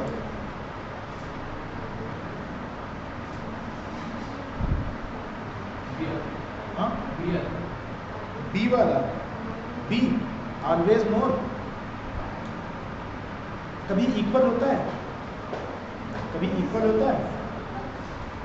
एक एक्सेप्शन है हाइड्रोजन का जो प्रोटियम आइसोटोप इसमें क्या होता है सिर्फ एक प्रोटॉन होता है कोई न्यूट्रॉन नहीं होता है। प्रोटियम इकलौता एक ऐसा एलिमेंट है एक ऐसा आइसोटोप है हाइड्रोजन का जिसमें कोई न्यूट्रॉन नहीं होता वरना सभी में न्यूट्रॉन्स होते हैं। जब भी न्यूट्रॉन होंगे तो क्या होगा एटॉमिक नंबर उसमें ऐड हो जाएगा सी होगा। हाँ ये भी चीज़ है थर्ड का हाइड्रोजन में क्या है इक्वल है प्रोटियम के केस में ड्यूटेरियम ट्रिटियम में नहीं है पर प्रोटियम में है। तो ऐसा मैं ज़रूर नहीं कर सकते कि हमेशा ही ज़्यादा होगा ऑलवेज का मतलब हो गया सारे क्योंकि हाइड्रोजन प्रोटियम एक्सेप्शन है इसलिए ये आंसर क्या होगा C. Question number 5।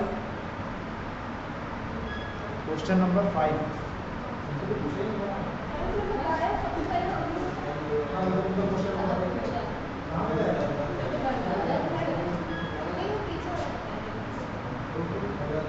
Question number 5 क्या हो जाएगा? The constituents of atomic nuclei are believe to be. क्या बिलीव करा जाता है कि न्यूक्लियाई किस चीज का बना है? न्यूक्लियाई किस चीज का बना है? किस चीज? इसमें क्या सोचने की बात है? न्यूट्रॉन प्रोटॉन से बना होता है? हाँ, यदि कोई सोचने की बात है। क्वेश्चन नंबर 6, तुम बताओ तुम्हारा नाम क्या है?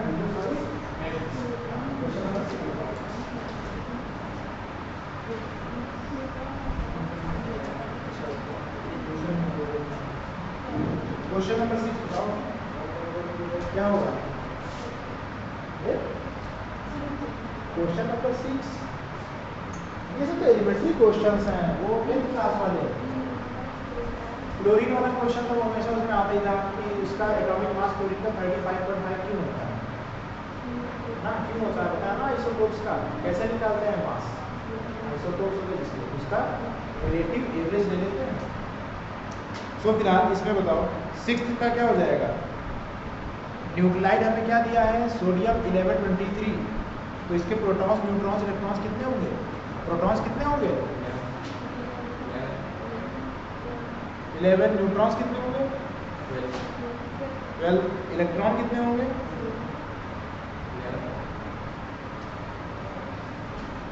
इन a neutral atom number of protons is equal to number of electrons. तो 11 हो जाएगा। सिंपल सा तो एटॉमिक नंबर ऑफ प्रोटॉन्स से उतने इलेक्ट्रॉन होंगे। एटॉमिक मास में से घटा दो तो आपका बोर्ड में लिख सकता है। कौन सा ऑप्शन हो जाएगा? ऑप्शन नंबर देखने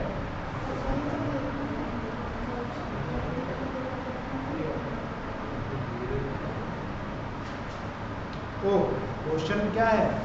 न्यूक्लियस ऑफ, सॉरी तुम्हारा बता रहा है क्यों नहीं था? बताया क्यों नहीं था? न्यूक्लियस की बात कर रहे हैं। न्यूक्लियस में इलेक्ट्रॉन नहीं होता है, तो वो बस ट्रिकी क्वेश्चन है इसमें। अच्छा हाँ, क्वेश्चन नंबर 7 तो तुम बताओ। क्वेश्चन नंबर 7 चलो देखो। क्वेश्चन नंबर 7, ये कौन से आइसो है? आइसो मतलब क्या होता है? जो सेम हो। यहाँ पर कौन सा आइसो चलेगा?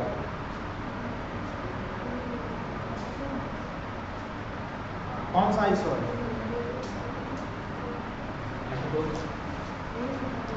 क्या है? 7 C1।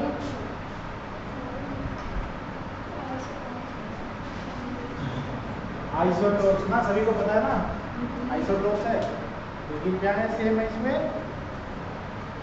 सॉरी आइसोटोप्स है ना। क्या है? हाँ, सेम चीज़ क्या है? आइसोटोन है, क्योंकि नंबर ऑफ न्यूट्रॉन सेम है। कार्बन में कितने हैं? 13 - 6 7, और नाइट्रोजन में कितने हैं? 14 - 7 7। तो आइसोटोप्स हो गए। ओके, अब आते हैं थोड़े से कैलकुलेटिव क्वेश्चन पे। सबसे पहला नंबर 1 देखो। Which one of the following pairs of nuclei are isotopes? Isotopes में क्या होता है? नंबर ऑफ न्यूट्रॉन्स सेम होता है। तो कौन सा इसमें होगा?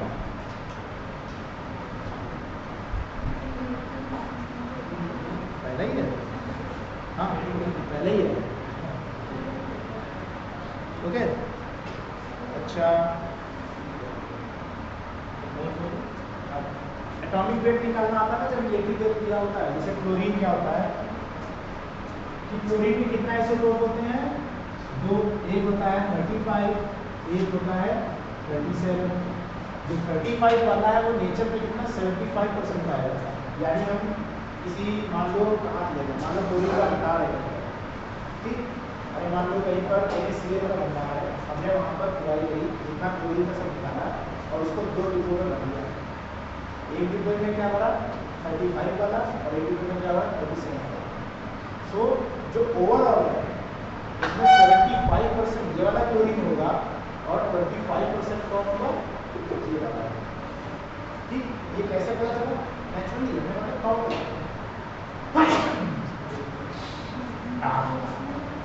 इसका एटॉमिक वेट कैसे निकालेंगे? 35 या 37 क्या होगा एटॉमिक वेट? कैसे निकालेंगे एटॉमिक वेट? कौन ले लेंगे एटॉमिक 35 और 37? 35 हाँ 35 क्यों ज़्यादा है इसलिए? अरे देखो वो थोड़ी ना वोटिंग थोड़ी ना चाहिए तो ज़्यादा क्या करते हैं यहाँ पर? रिलेटिव एटॉमिक वेट निकालते हैं। कैसे? वेटेड एवरेज करते हैं। वेटेड एवरेज क्या होता है कि जितनी भी वैल्यूज हैं सबको अपना अपना वेट देते हैं। तो क्या करेंगे 75 इंटू 35 प्लस 37 इंटू 25 अपॉन 100 की परसेंटेज बेसिस पर। या ऐसे भी समझ सकते 75% है, 3/4 क्या है 35 वाला और 1/4 क्या है 37 वाला। तो बस इसको हम कैलकुलेटर में सॉल्व करो कितना आ रहा है, इसको सॉल्व करो कितना आया?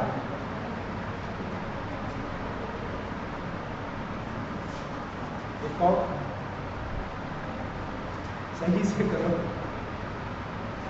सॉल्व करो कितना आ रहा है? करो कॉपी में कर दो।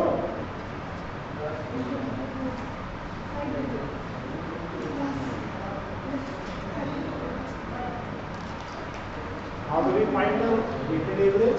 ये क्या करते हैं उसकी जो रिलेटिव वैल्यूज हैं उससे मल्टीप्लाई करते हैं। 35.5 पढ़ा है ना, याद है कि फ्लोरीन का वेट अक्सर कुछ नहीं सी क्योंकि ये डेसिमल में आता है। अब इसका मतलब ये नहीं कि इसके अंदर आधा प्रोटॉन या आधा न्यूट्रॉन होता है, इसका मतलब इसके अंदर आधा न्यूट्रॉन होता है। ये स्थिति क्या है? एवरेज है कि अगर हम एक क्वांटिटी ऑफ क्लोरीन लेंगे तो उसमें से ऑन एवरेज हमें क्या मिलेगा। तो एक आगे लिख लो। अब जब आता है क्या finding atomic mass, second class में क्वेश्चन आता है, इसके ऊपर अक्सर ही क्वेश्चन आ ही जाता है। आप इसमें और पूछते हैं तो इसके बाद नहीं आता तो क्या करते हैं? देखो finding atomic weight of isotopes.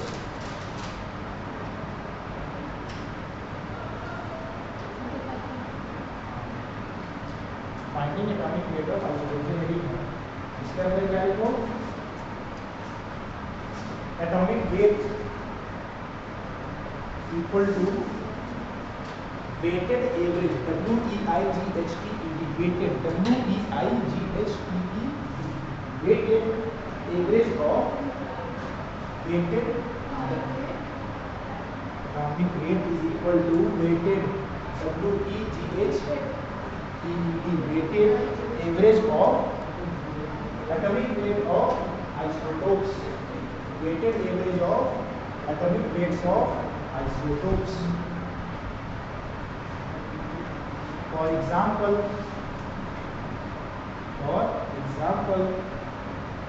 अब आज जो है पुराना रिवाइज कराने में जो है 10 मिनट के लिए पूरा कर चलेगा।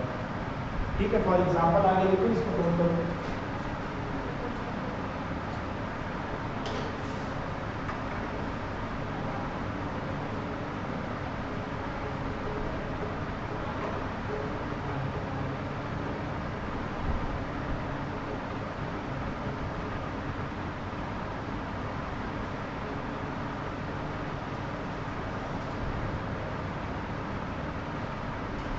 एटम्स वाला भी रिवाइज कर लेना टेस्ट में, उसके क्वेश्चंस आएंगे।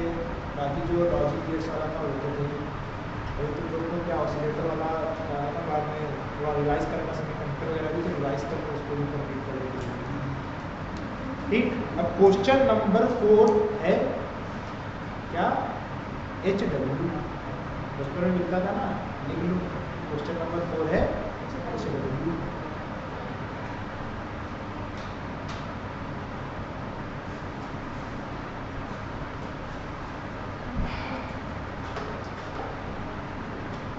हाँ बहुत बढ़िया। अभी तो जो लिखा है ना थोड़ी सी पढ़ा दो, जो रिसेंट में लिखा है 2 मिनट देना, सब लोग रिवाइज करो। अभी तो जो लिखा है हाँ रिवाइज कर दो, जो मेन चीज़ लगी, जो नई चीज़ लग रही है थोड़ा रिवाइज करो। उल्टी तरफ से करो, जो भी लास्ट लिखा है उसकी तरफ। हाँ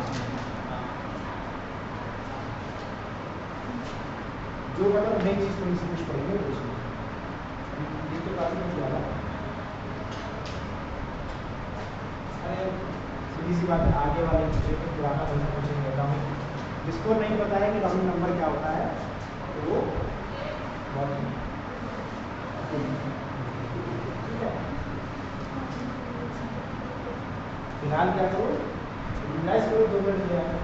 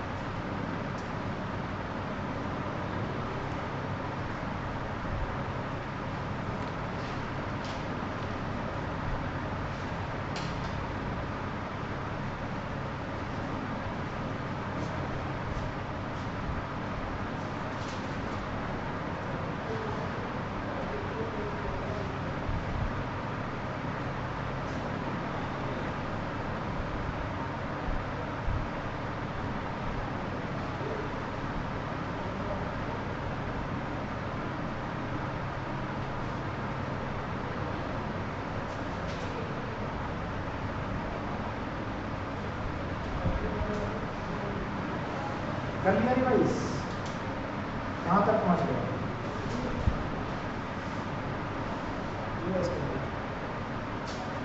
अब क्वेश्चन तो हम बताने जा रहे हैं, उसको देखो। क्वेश्चन नंबर 9 क्या है? क्वेश्चन कौन पढ़ेगा? किसी को पढ़ना पड़ेगा इस बार।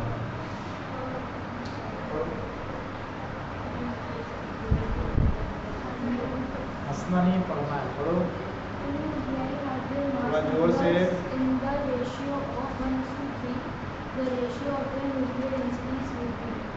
तो दो हमारे पास एटम्स हैं जिनका मास नंबर ए होता है ना, उनका मास नंबर का रेशियो है 1:3, यानी कि उनके मास नंबर को ऐसे मान लो A1 और A2, इसका रेशियो क्या है? 1:3। हमें बताना किसका है? उनकी डेंसिटी का रेशियो। क्या होगा डेंसिटी का रेशियो? First B 1:1। 1:1 क्यों? क्या बताया? डेंसिटी क्या होती है? Constant. Density is independent of mass number और रेडियस साइज। इससे कोई फर्क नहीं पड़ता। डेंसिटी का रेशियो हमेशा क्या रहेगा? 1:1। चाहे एल्यूमिनियम का यूरेनियम से पूछे, चाहे हाइड्रोजन का हीलियम से पूछे, चाहे ऑस्टेनाइट का रोडियम से पूछे। Okay,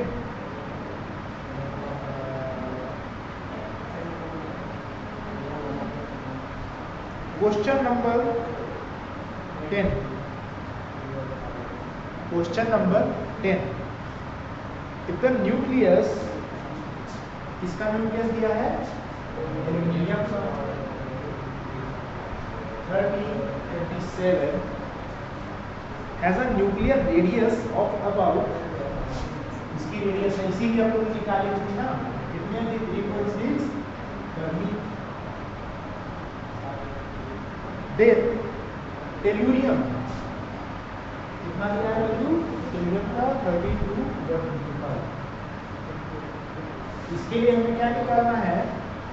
would have its radius approximately, इसकी रेडियस हमें फाइंड करनी है। ये हो गई radius of tellurium, radius of tellurium find करनी है। कैसे फाइंड करेंगे रेडियस?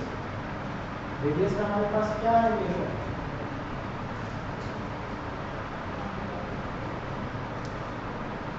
निकालो, सभी लोग करो, कॉपी करो, रेडियस का निकालो। नोट्स को रेफर कर सकते हो, वैसे तो नहीं करना चाहिए, बोर्ड में सब कुछ लिख रखा है, जितनी जरूरत सब कुछ है। कुछ फॉर्मूले वाला लेक्चर में पढ़ रहा है, कैसे निकाल सकते हैं? थोड़ा सा सोचो, खुद से सॉल्व करो।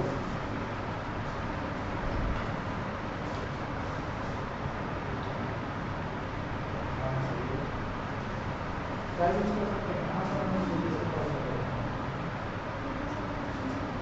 क्या क्या क्वेश्चन में वैल्यू पता है? क्वेश्चन में मास नंबर पता है,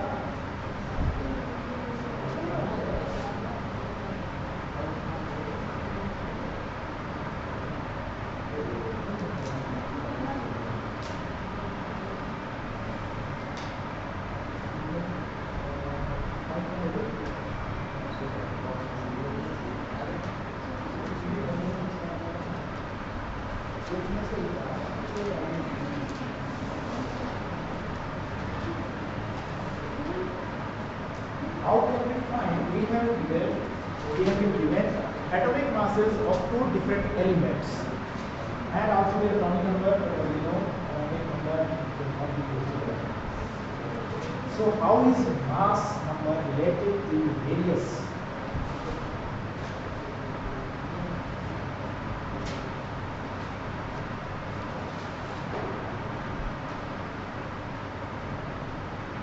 It can be done in two ways actually. दो तरीके से कर सकते हैं और थोड़े तरीके छोटे भी हैं, कोई खास बड़े भी नहीं हैं, बट क्योंकि उसमें दो वैल्यू दे रखी है वो हमें दो तरीके से प्रेफर करना है।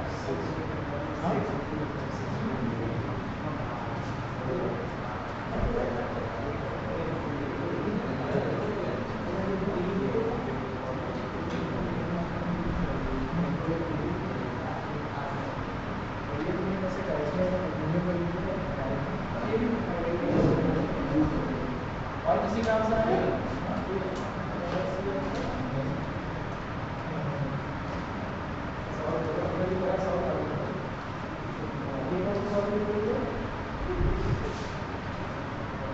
नहीं, हर बार में क्या करने के लिए?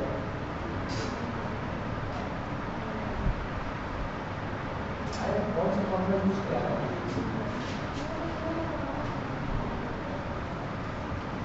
यूज करो फॉर्मूला रखो, यूज क्या हुआ है? कौन सा फॉर्मूला यूज करेंगे? हाँ तो इसको यूज करो, करा आंसर आया ना?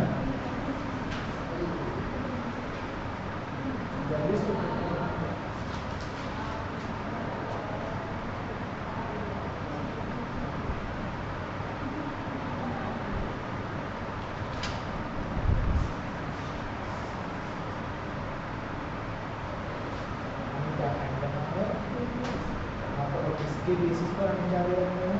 मास नंबर बेसिस पर कौन सा रिलेशन है? ये रिलेशन है, इसमें भी वैल्यू शुरू कर सकता है। हमें ये रेडियस निकालना है, साइज निकालना है। रेडियस का और मास नंबर में कौन सा रिलेशन होता है? सारे रिलेशन को लिख देते हैं, कौन सा रिलेशन होता है? रेडियस और मास नंबर।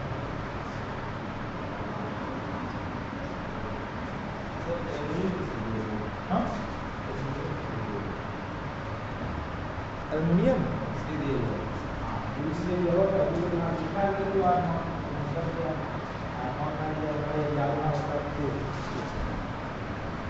है वो इससे भी कर सकते हैं।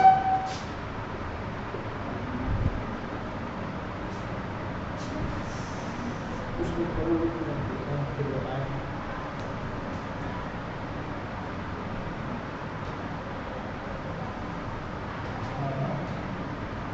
वैल्यूज रखिए, वैल्यूज रखिए क्या मैंने क्या कर सकता नहीं करना है? इसकी वैल्यू पता है? नहीं पता है?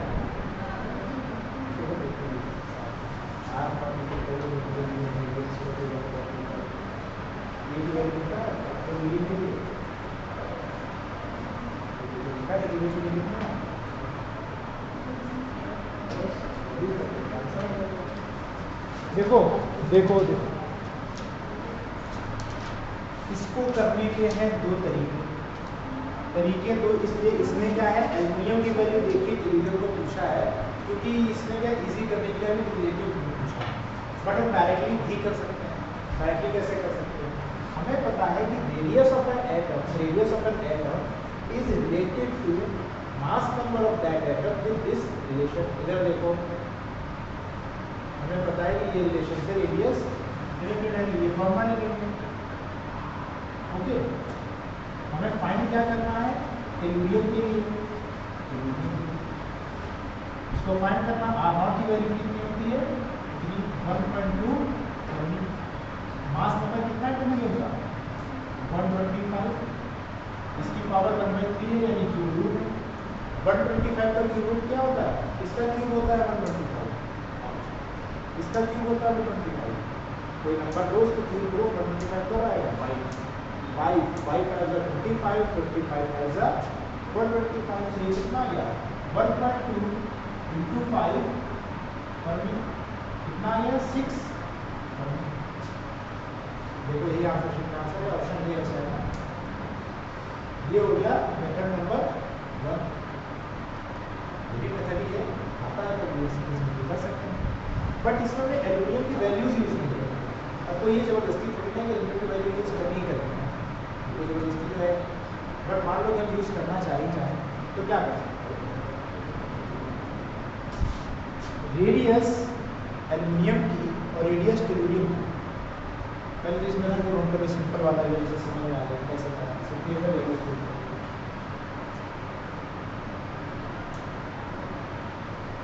हम क्या करें, टेलुरियम की रेडियस और एल्यूमिनियम की रेडियस का लेंगे रेशियो।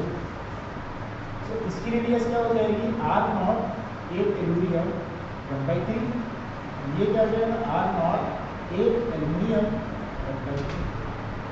आर नॉट हो जाएंगे कैंसिल, तो हमें आर नॉट की वैल्यू वहाँ नहीं रखनी। जैसे तुम्हें आर नॉट की वैल्यू याद नहीं है, कोई एक कोई से आंसर नहीं आएगा, तो वैल्यू याद नहीं, बट उससे अगर वो क्वेश्चन अगर कहते हैं कि मान लो कि हाइपोथेटिकली हम आर नॉट की वैल्यू चेंज कर दे रहे हैं, तो इस केस में काम नहीं करेगा, यूजली करेगा। अब वैल्यू सकते हैं, आर एल्यूमिनियम निकालना है, आर एल्यूमिनियम है कितना, एल्यूमिनियम की वैल्यू हमें दे रखी है 3.6 फर्मी। टेलुरियम के लिए 125 क्यूब रूट 1/3 है ना, एल्यूमिनियम के लिए 27 क्यूब, ये कितना आएगा 5। 27 किसका क्यूब होता है, किसका क्यूब है 3 का। तो क्या आ गया, R tellurium upon 3.6 fermi is equal to 5 fermi. Cross multiply कर लेंगे, आर टेलुरियम 100 आ जाएगा, कितना आ जाएगा 1.2 मल्टीप्लाई करेंगे 6, सेम आंसर आएगा। ये इसके क्वेश्चन ओके। अच्छा ये तो नहीं किसी को दिक्कत होती कि 1/3 का मतलब यहाँ क्या है, बस में कोई दिक्कत हुई नहीं, 1/3 क्या है, पावर में 1/3। ये जब गैस वाला पढ़ा था थर्मोडायनेमिक्स एडिक थ्योरी उस समय कराए थे, जहाँ पे इनकी वैल्यूज निकाल देते हैं, रिलेटिव इंडेक्स की वैल्यूज निकाल देते हैं, तो ये मत पूछना कि 1/3 क्या है, उस समय कहा था समझ में आ गया कैसे हो रहा है, आया समझ में, नोट करा, हाँ कर लो।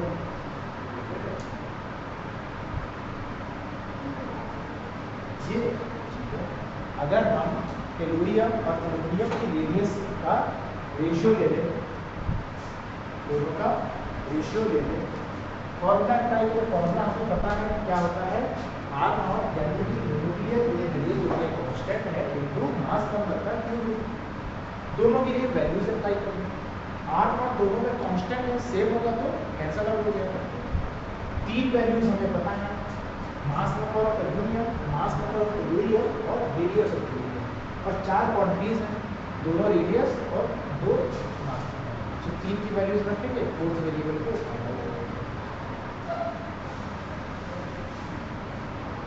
Okay.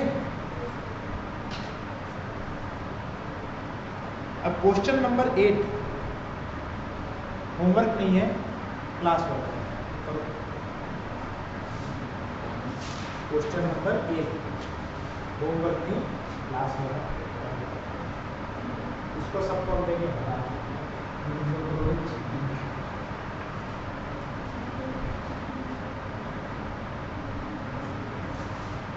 Question number 8 class work है, अभी करो, बताओ।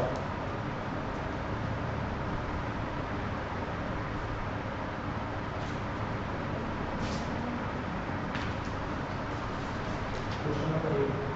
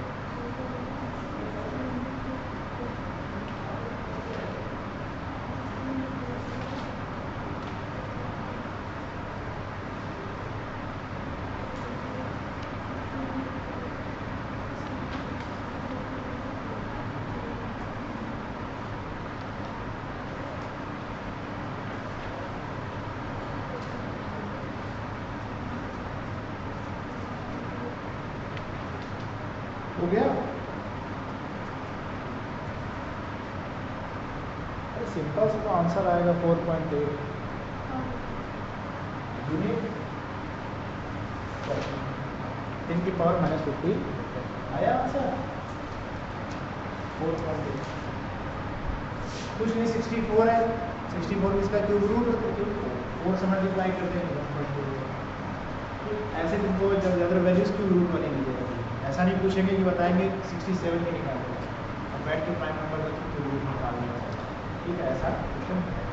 अब लिखो HW में question number 11, question number 11, question number 14, question number 16, 11, 14, हाँ बताए कौन देने जब हम करते हैं, बताए कौन दे जब हम करते हैं। न्यूक्लियस माने क्या होता है, दिखाया था ना, तो हमें टोटल वही बताना है, तो हो जाएगा 11। हाँ अच्छा, तुम्हारा डिफरेंट, हाँ वही ना 2006 वाला है, वही तो देगा। हाँ तो उसमें क्या बता देगा, तो करना तो पहले सॉल्व, जब कोशिश, चलो अभी बता देते हैं, ठीक है। फिर जो ठीक है, क्वेश्चन नंबर 15 अभी बताओ क्या होगा। कांस्टेंट, ठीक है, ये सब ओके। डेंसिटी क्या होती है, कांस्टेंट रहती है, ठीक।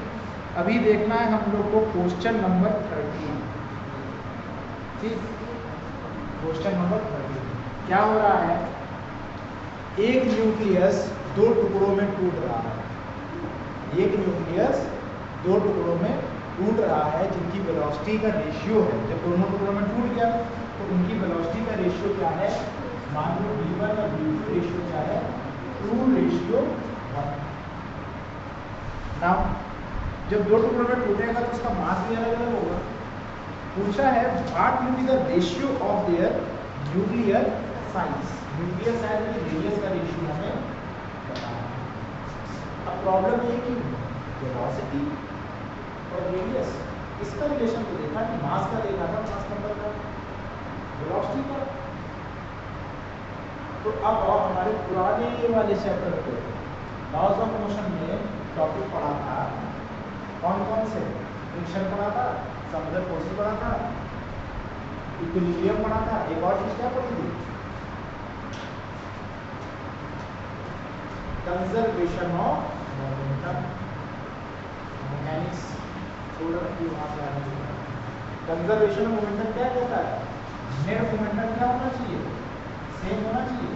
तो जब वो रिएक्शन कर रहा है, पहले वो मान लो रेस्ट पर ऐसे ब्रेक करा, पहले उसका टोटल मोमेंटम क्या था 0, बाद का टोटल मोमेंटम क्या हो जाएगा, वो भी 0 होना चाहिए, दोनों का सम ये दोनों क्या होना चाहिए बराबर, अपोजिट डायरेक्शन में जा रहा है, आएगी समझ।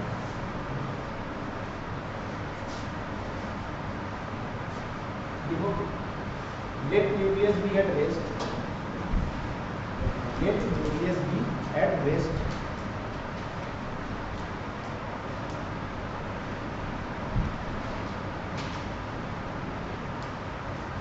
then according to law of conservation of momentum, law of conservation of momentum, conservation of momentum से क्या होगा, जो टोटल मोमेंटम है वो कंजर्व रहना चाहिए, पहले 0 था तो बाद भी 0 रहेगा, यानी एक बॉडी जाएगी अगर इस तरफ तो दूसरी किधर जाएगी अपोजिट, और उसकी टोटल मोमेंटम और इसका मोमेंटम क्या होना चाहिए इक्वल। तो m1 v1 की वैल्यू किसके बराबर हो जाएगी, डायरेक्शन अपोजिट होती है, प्लस होगा एक माइनस, दोनों को जोड़ देंगे तो क्या आ जाएगा 0, तो ऐसे आएगा f1 v1 minus f2 v2 is equal to 0, ये लाइन हम लोग पहले इससे दिया है, देखो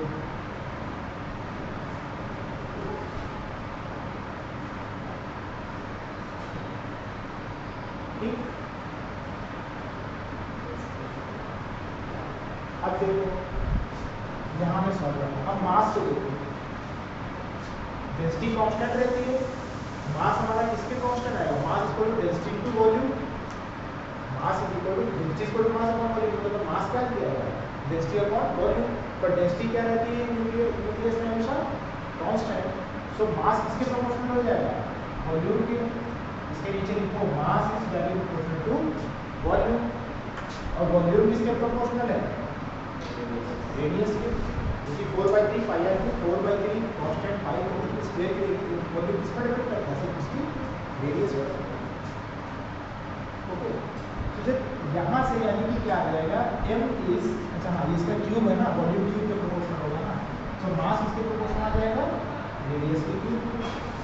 तो यहाँ से देखो अब हम इसको सॉल्व करें m1 upon m2 is equal to v2 upon v1, m1 क्या हो जाएगा r1 अपॉन r2 का क्यूब, दोनों पे क्यूब है तो क्या हो जाएगा कॉमन 3 हो गया,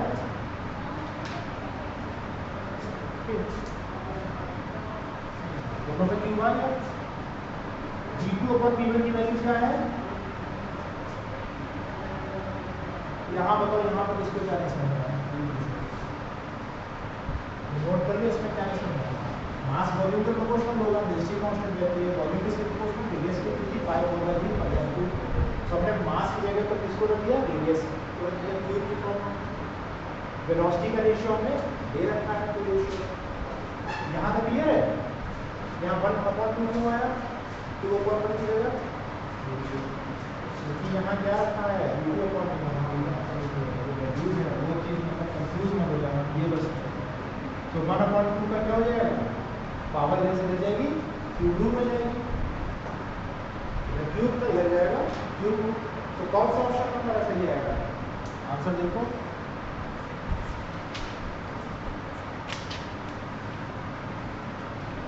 कौन सा सही आएगा, का डी आएगा 1:2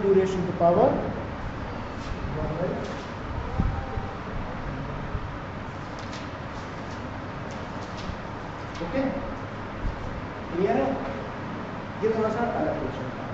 एक क्वेश्चन और देख लो, क्वेश्चन नंबर 12, अभी एटम्स वाले चैप्टर में देखा था, एटम्स की रेडियस किस में मापते हैं, न्यूक्लियस को बताया ना, न्यूक्लियस को किस में मापते हैं यूजली फर्मी में, एटम्स को किस में मापते हैं यूजली एंगस्ट्रॉम में नापते हैं, यूजली किस में नापते हैं एंगस्ट्रॉम में, एंगस्ट्रॉम में क्या होती है पावर 10⁻10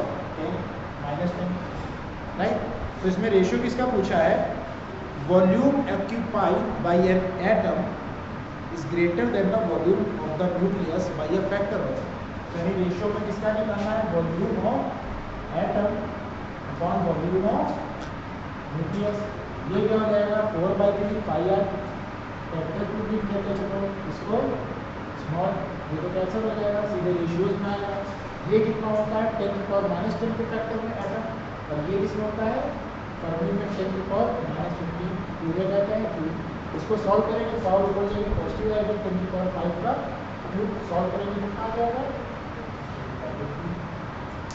ऑप्शन नंबर, तो इसमें सिंपली पता होना चाहिए कि एटम का इसमें नापते हैं और इसको इसमें नापते हैं, ठीक है।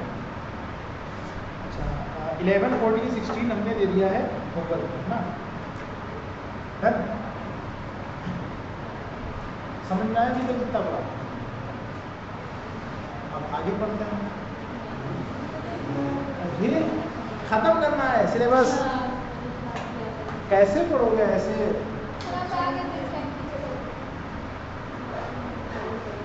हमें पता कितने बजे आए थे,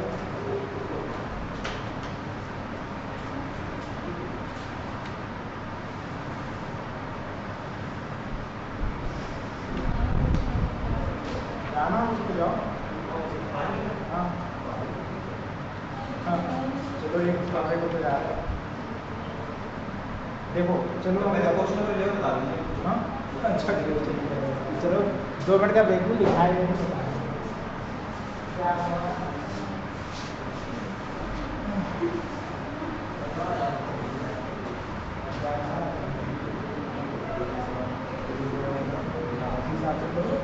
मास नंबर का इस बार मास नंबर का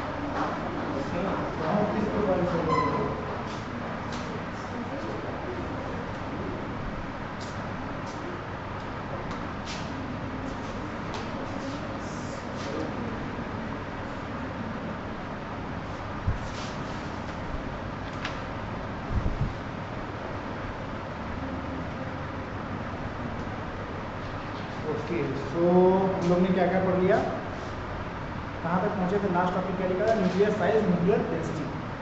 इसके बाद हमारा मेन है मास एनर्जी, तो बता दिया E=mc²। आइंस्टाइन का कहना था सबसे सिंपल कि मास भी क्या है, एनर्जी का एक टाइप है। मास भी क्या है, एनर्जी का टाइप है। उसके बाद हमें पढ़नी न्यूक्लियर बाइंडिंग एनर्जी। तो पहले तो बताओ बाइंडिंग, कॉपी वॉपी रख लो, कॉपी की जरूरत नहीं है। बाइंडिंग का मतलब क्या होता है, जोड़ना।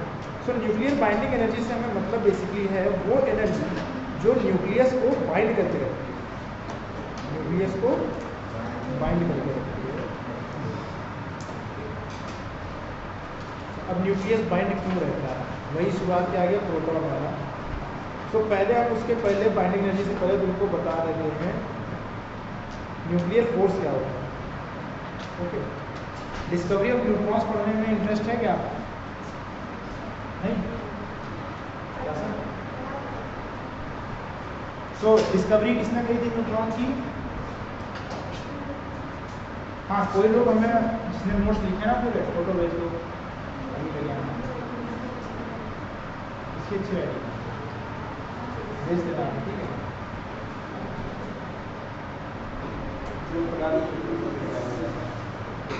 फिर आपने चैटिंग में क्या करा, अल्फा पार्टिकल्स को यूज करा, किसके ऊपर बॉम्बार्ड करा, बेरिलियम पे। जब बेरिलियम पे बॉम्बार्ड करा तो क्या हुआ, एक नए तरह के रेस निकली। वो रेस ने क्या करा, वो जो नई तरीके की रेस थी, जब उनको किसी हाइड्रोकार्बन पे जैसे कि पैराफिन पर डाल रहे थे तो क्या हो रहा था, उसमें से प्रोटॉन्स निकल रहे थे। यानी कि थोड़ा सा समझना,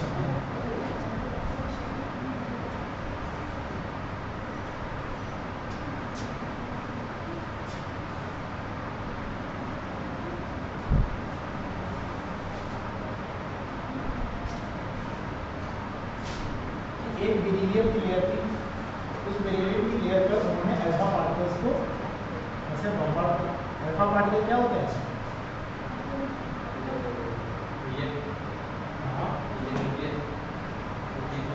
अरे अल्फा पार्टिकल सबको बताना चाहिए, He2+ doubly positive double ionized helium ions.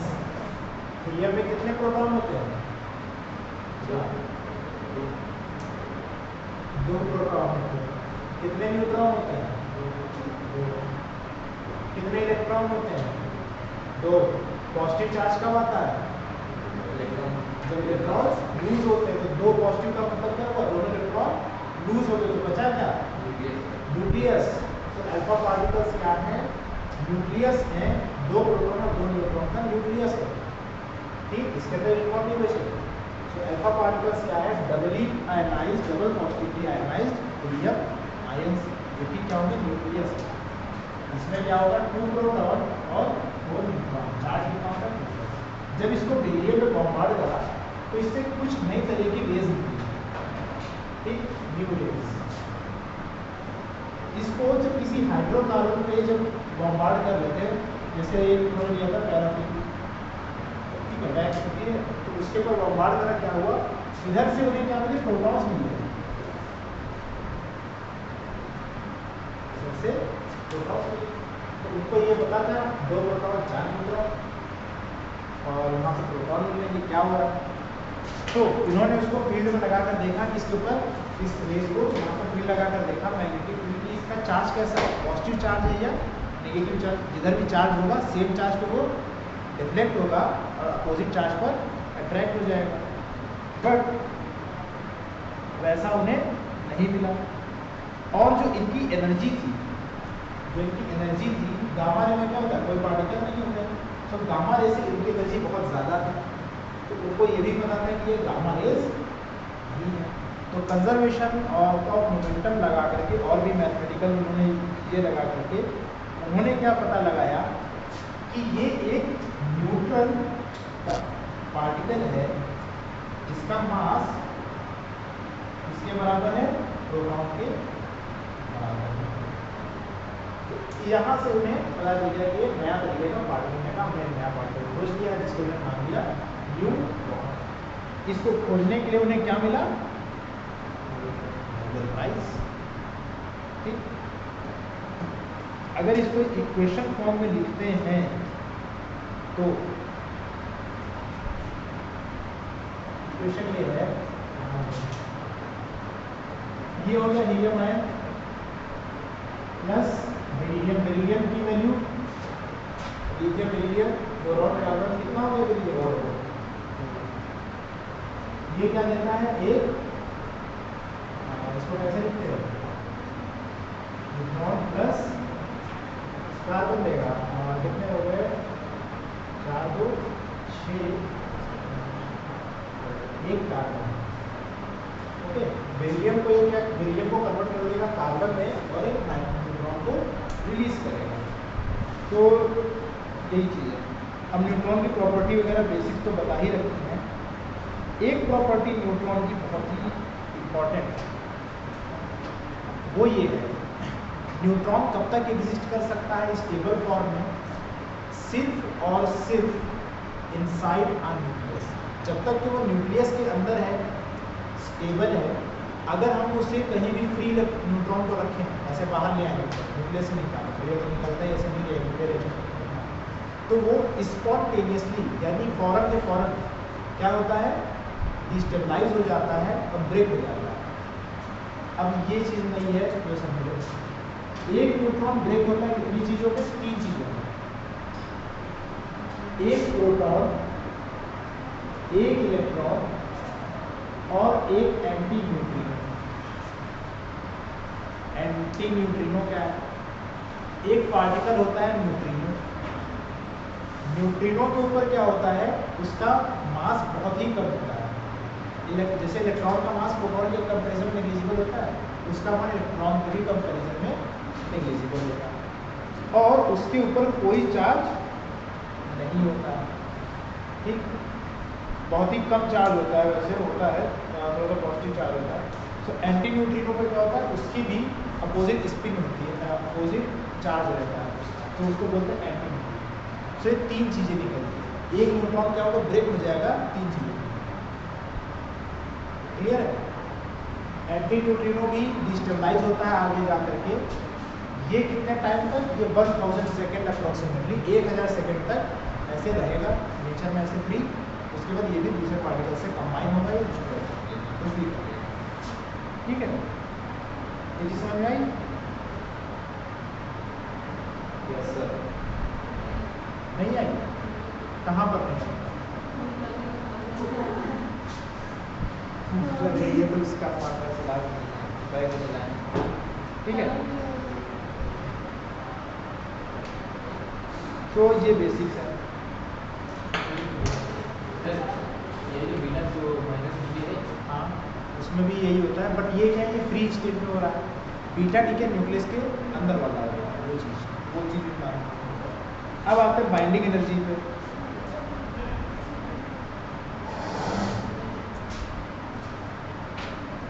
Binding,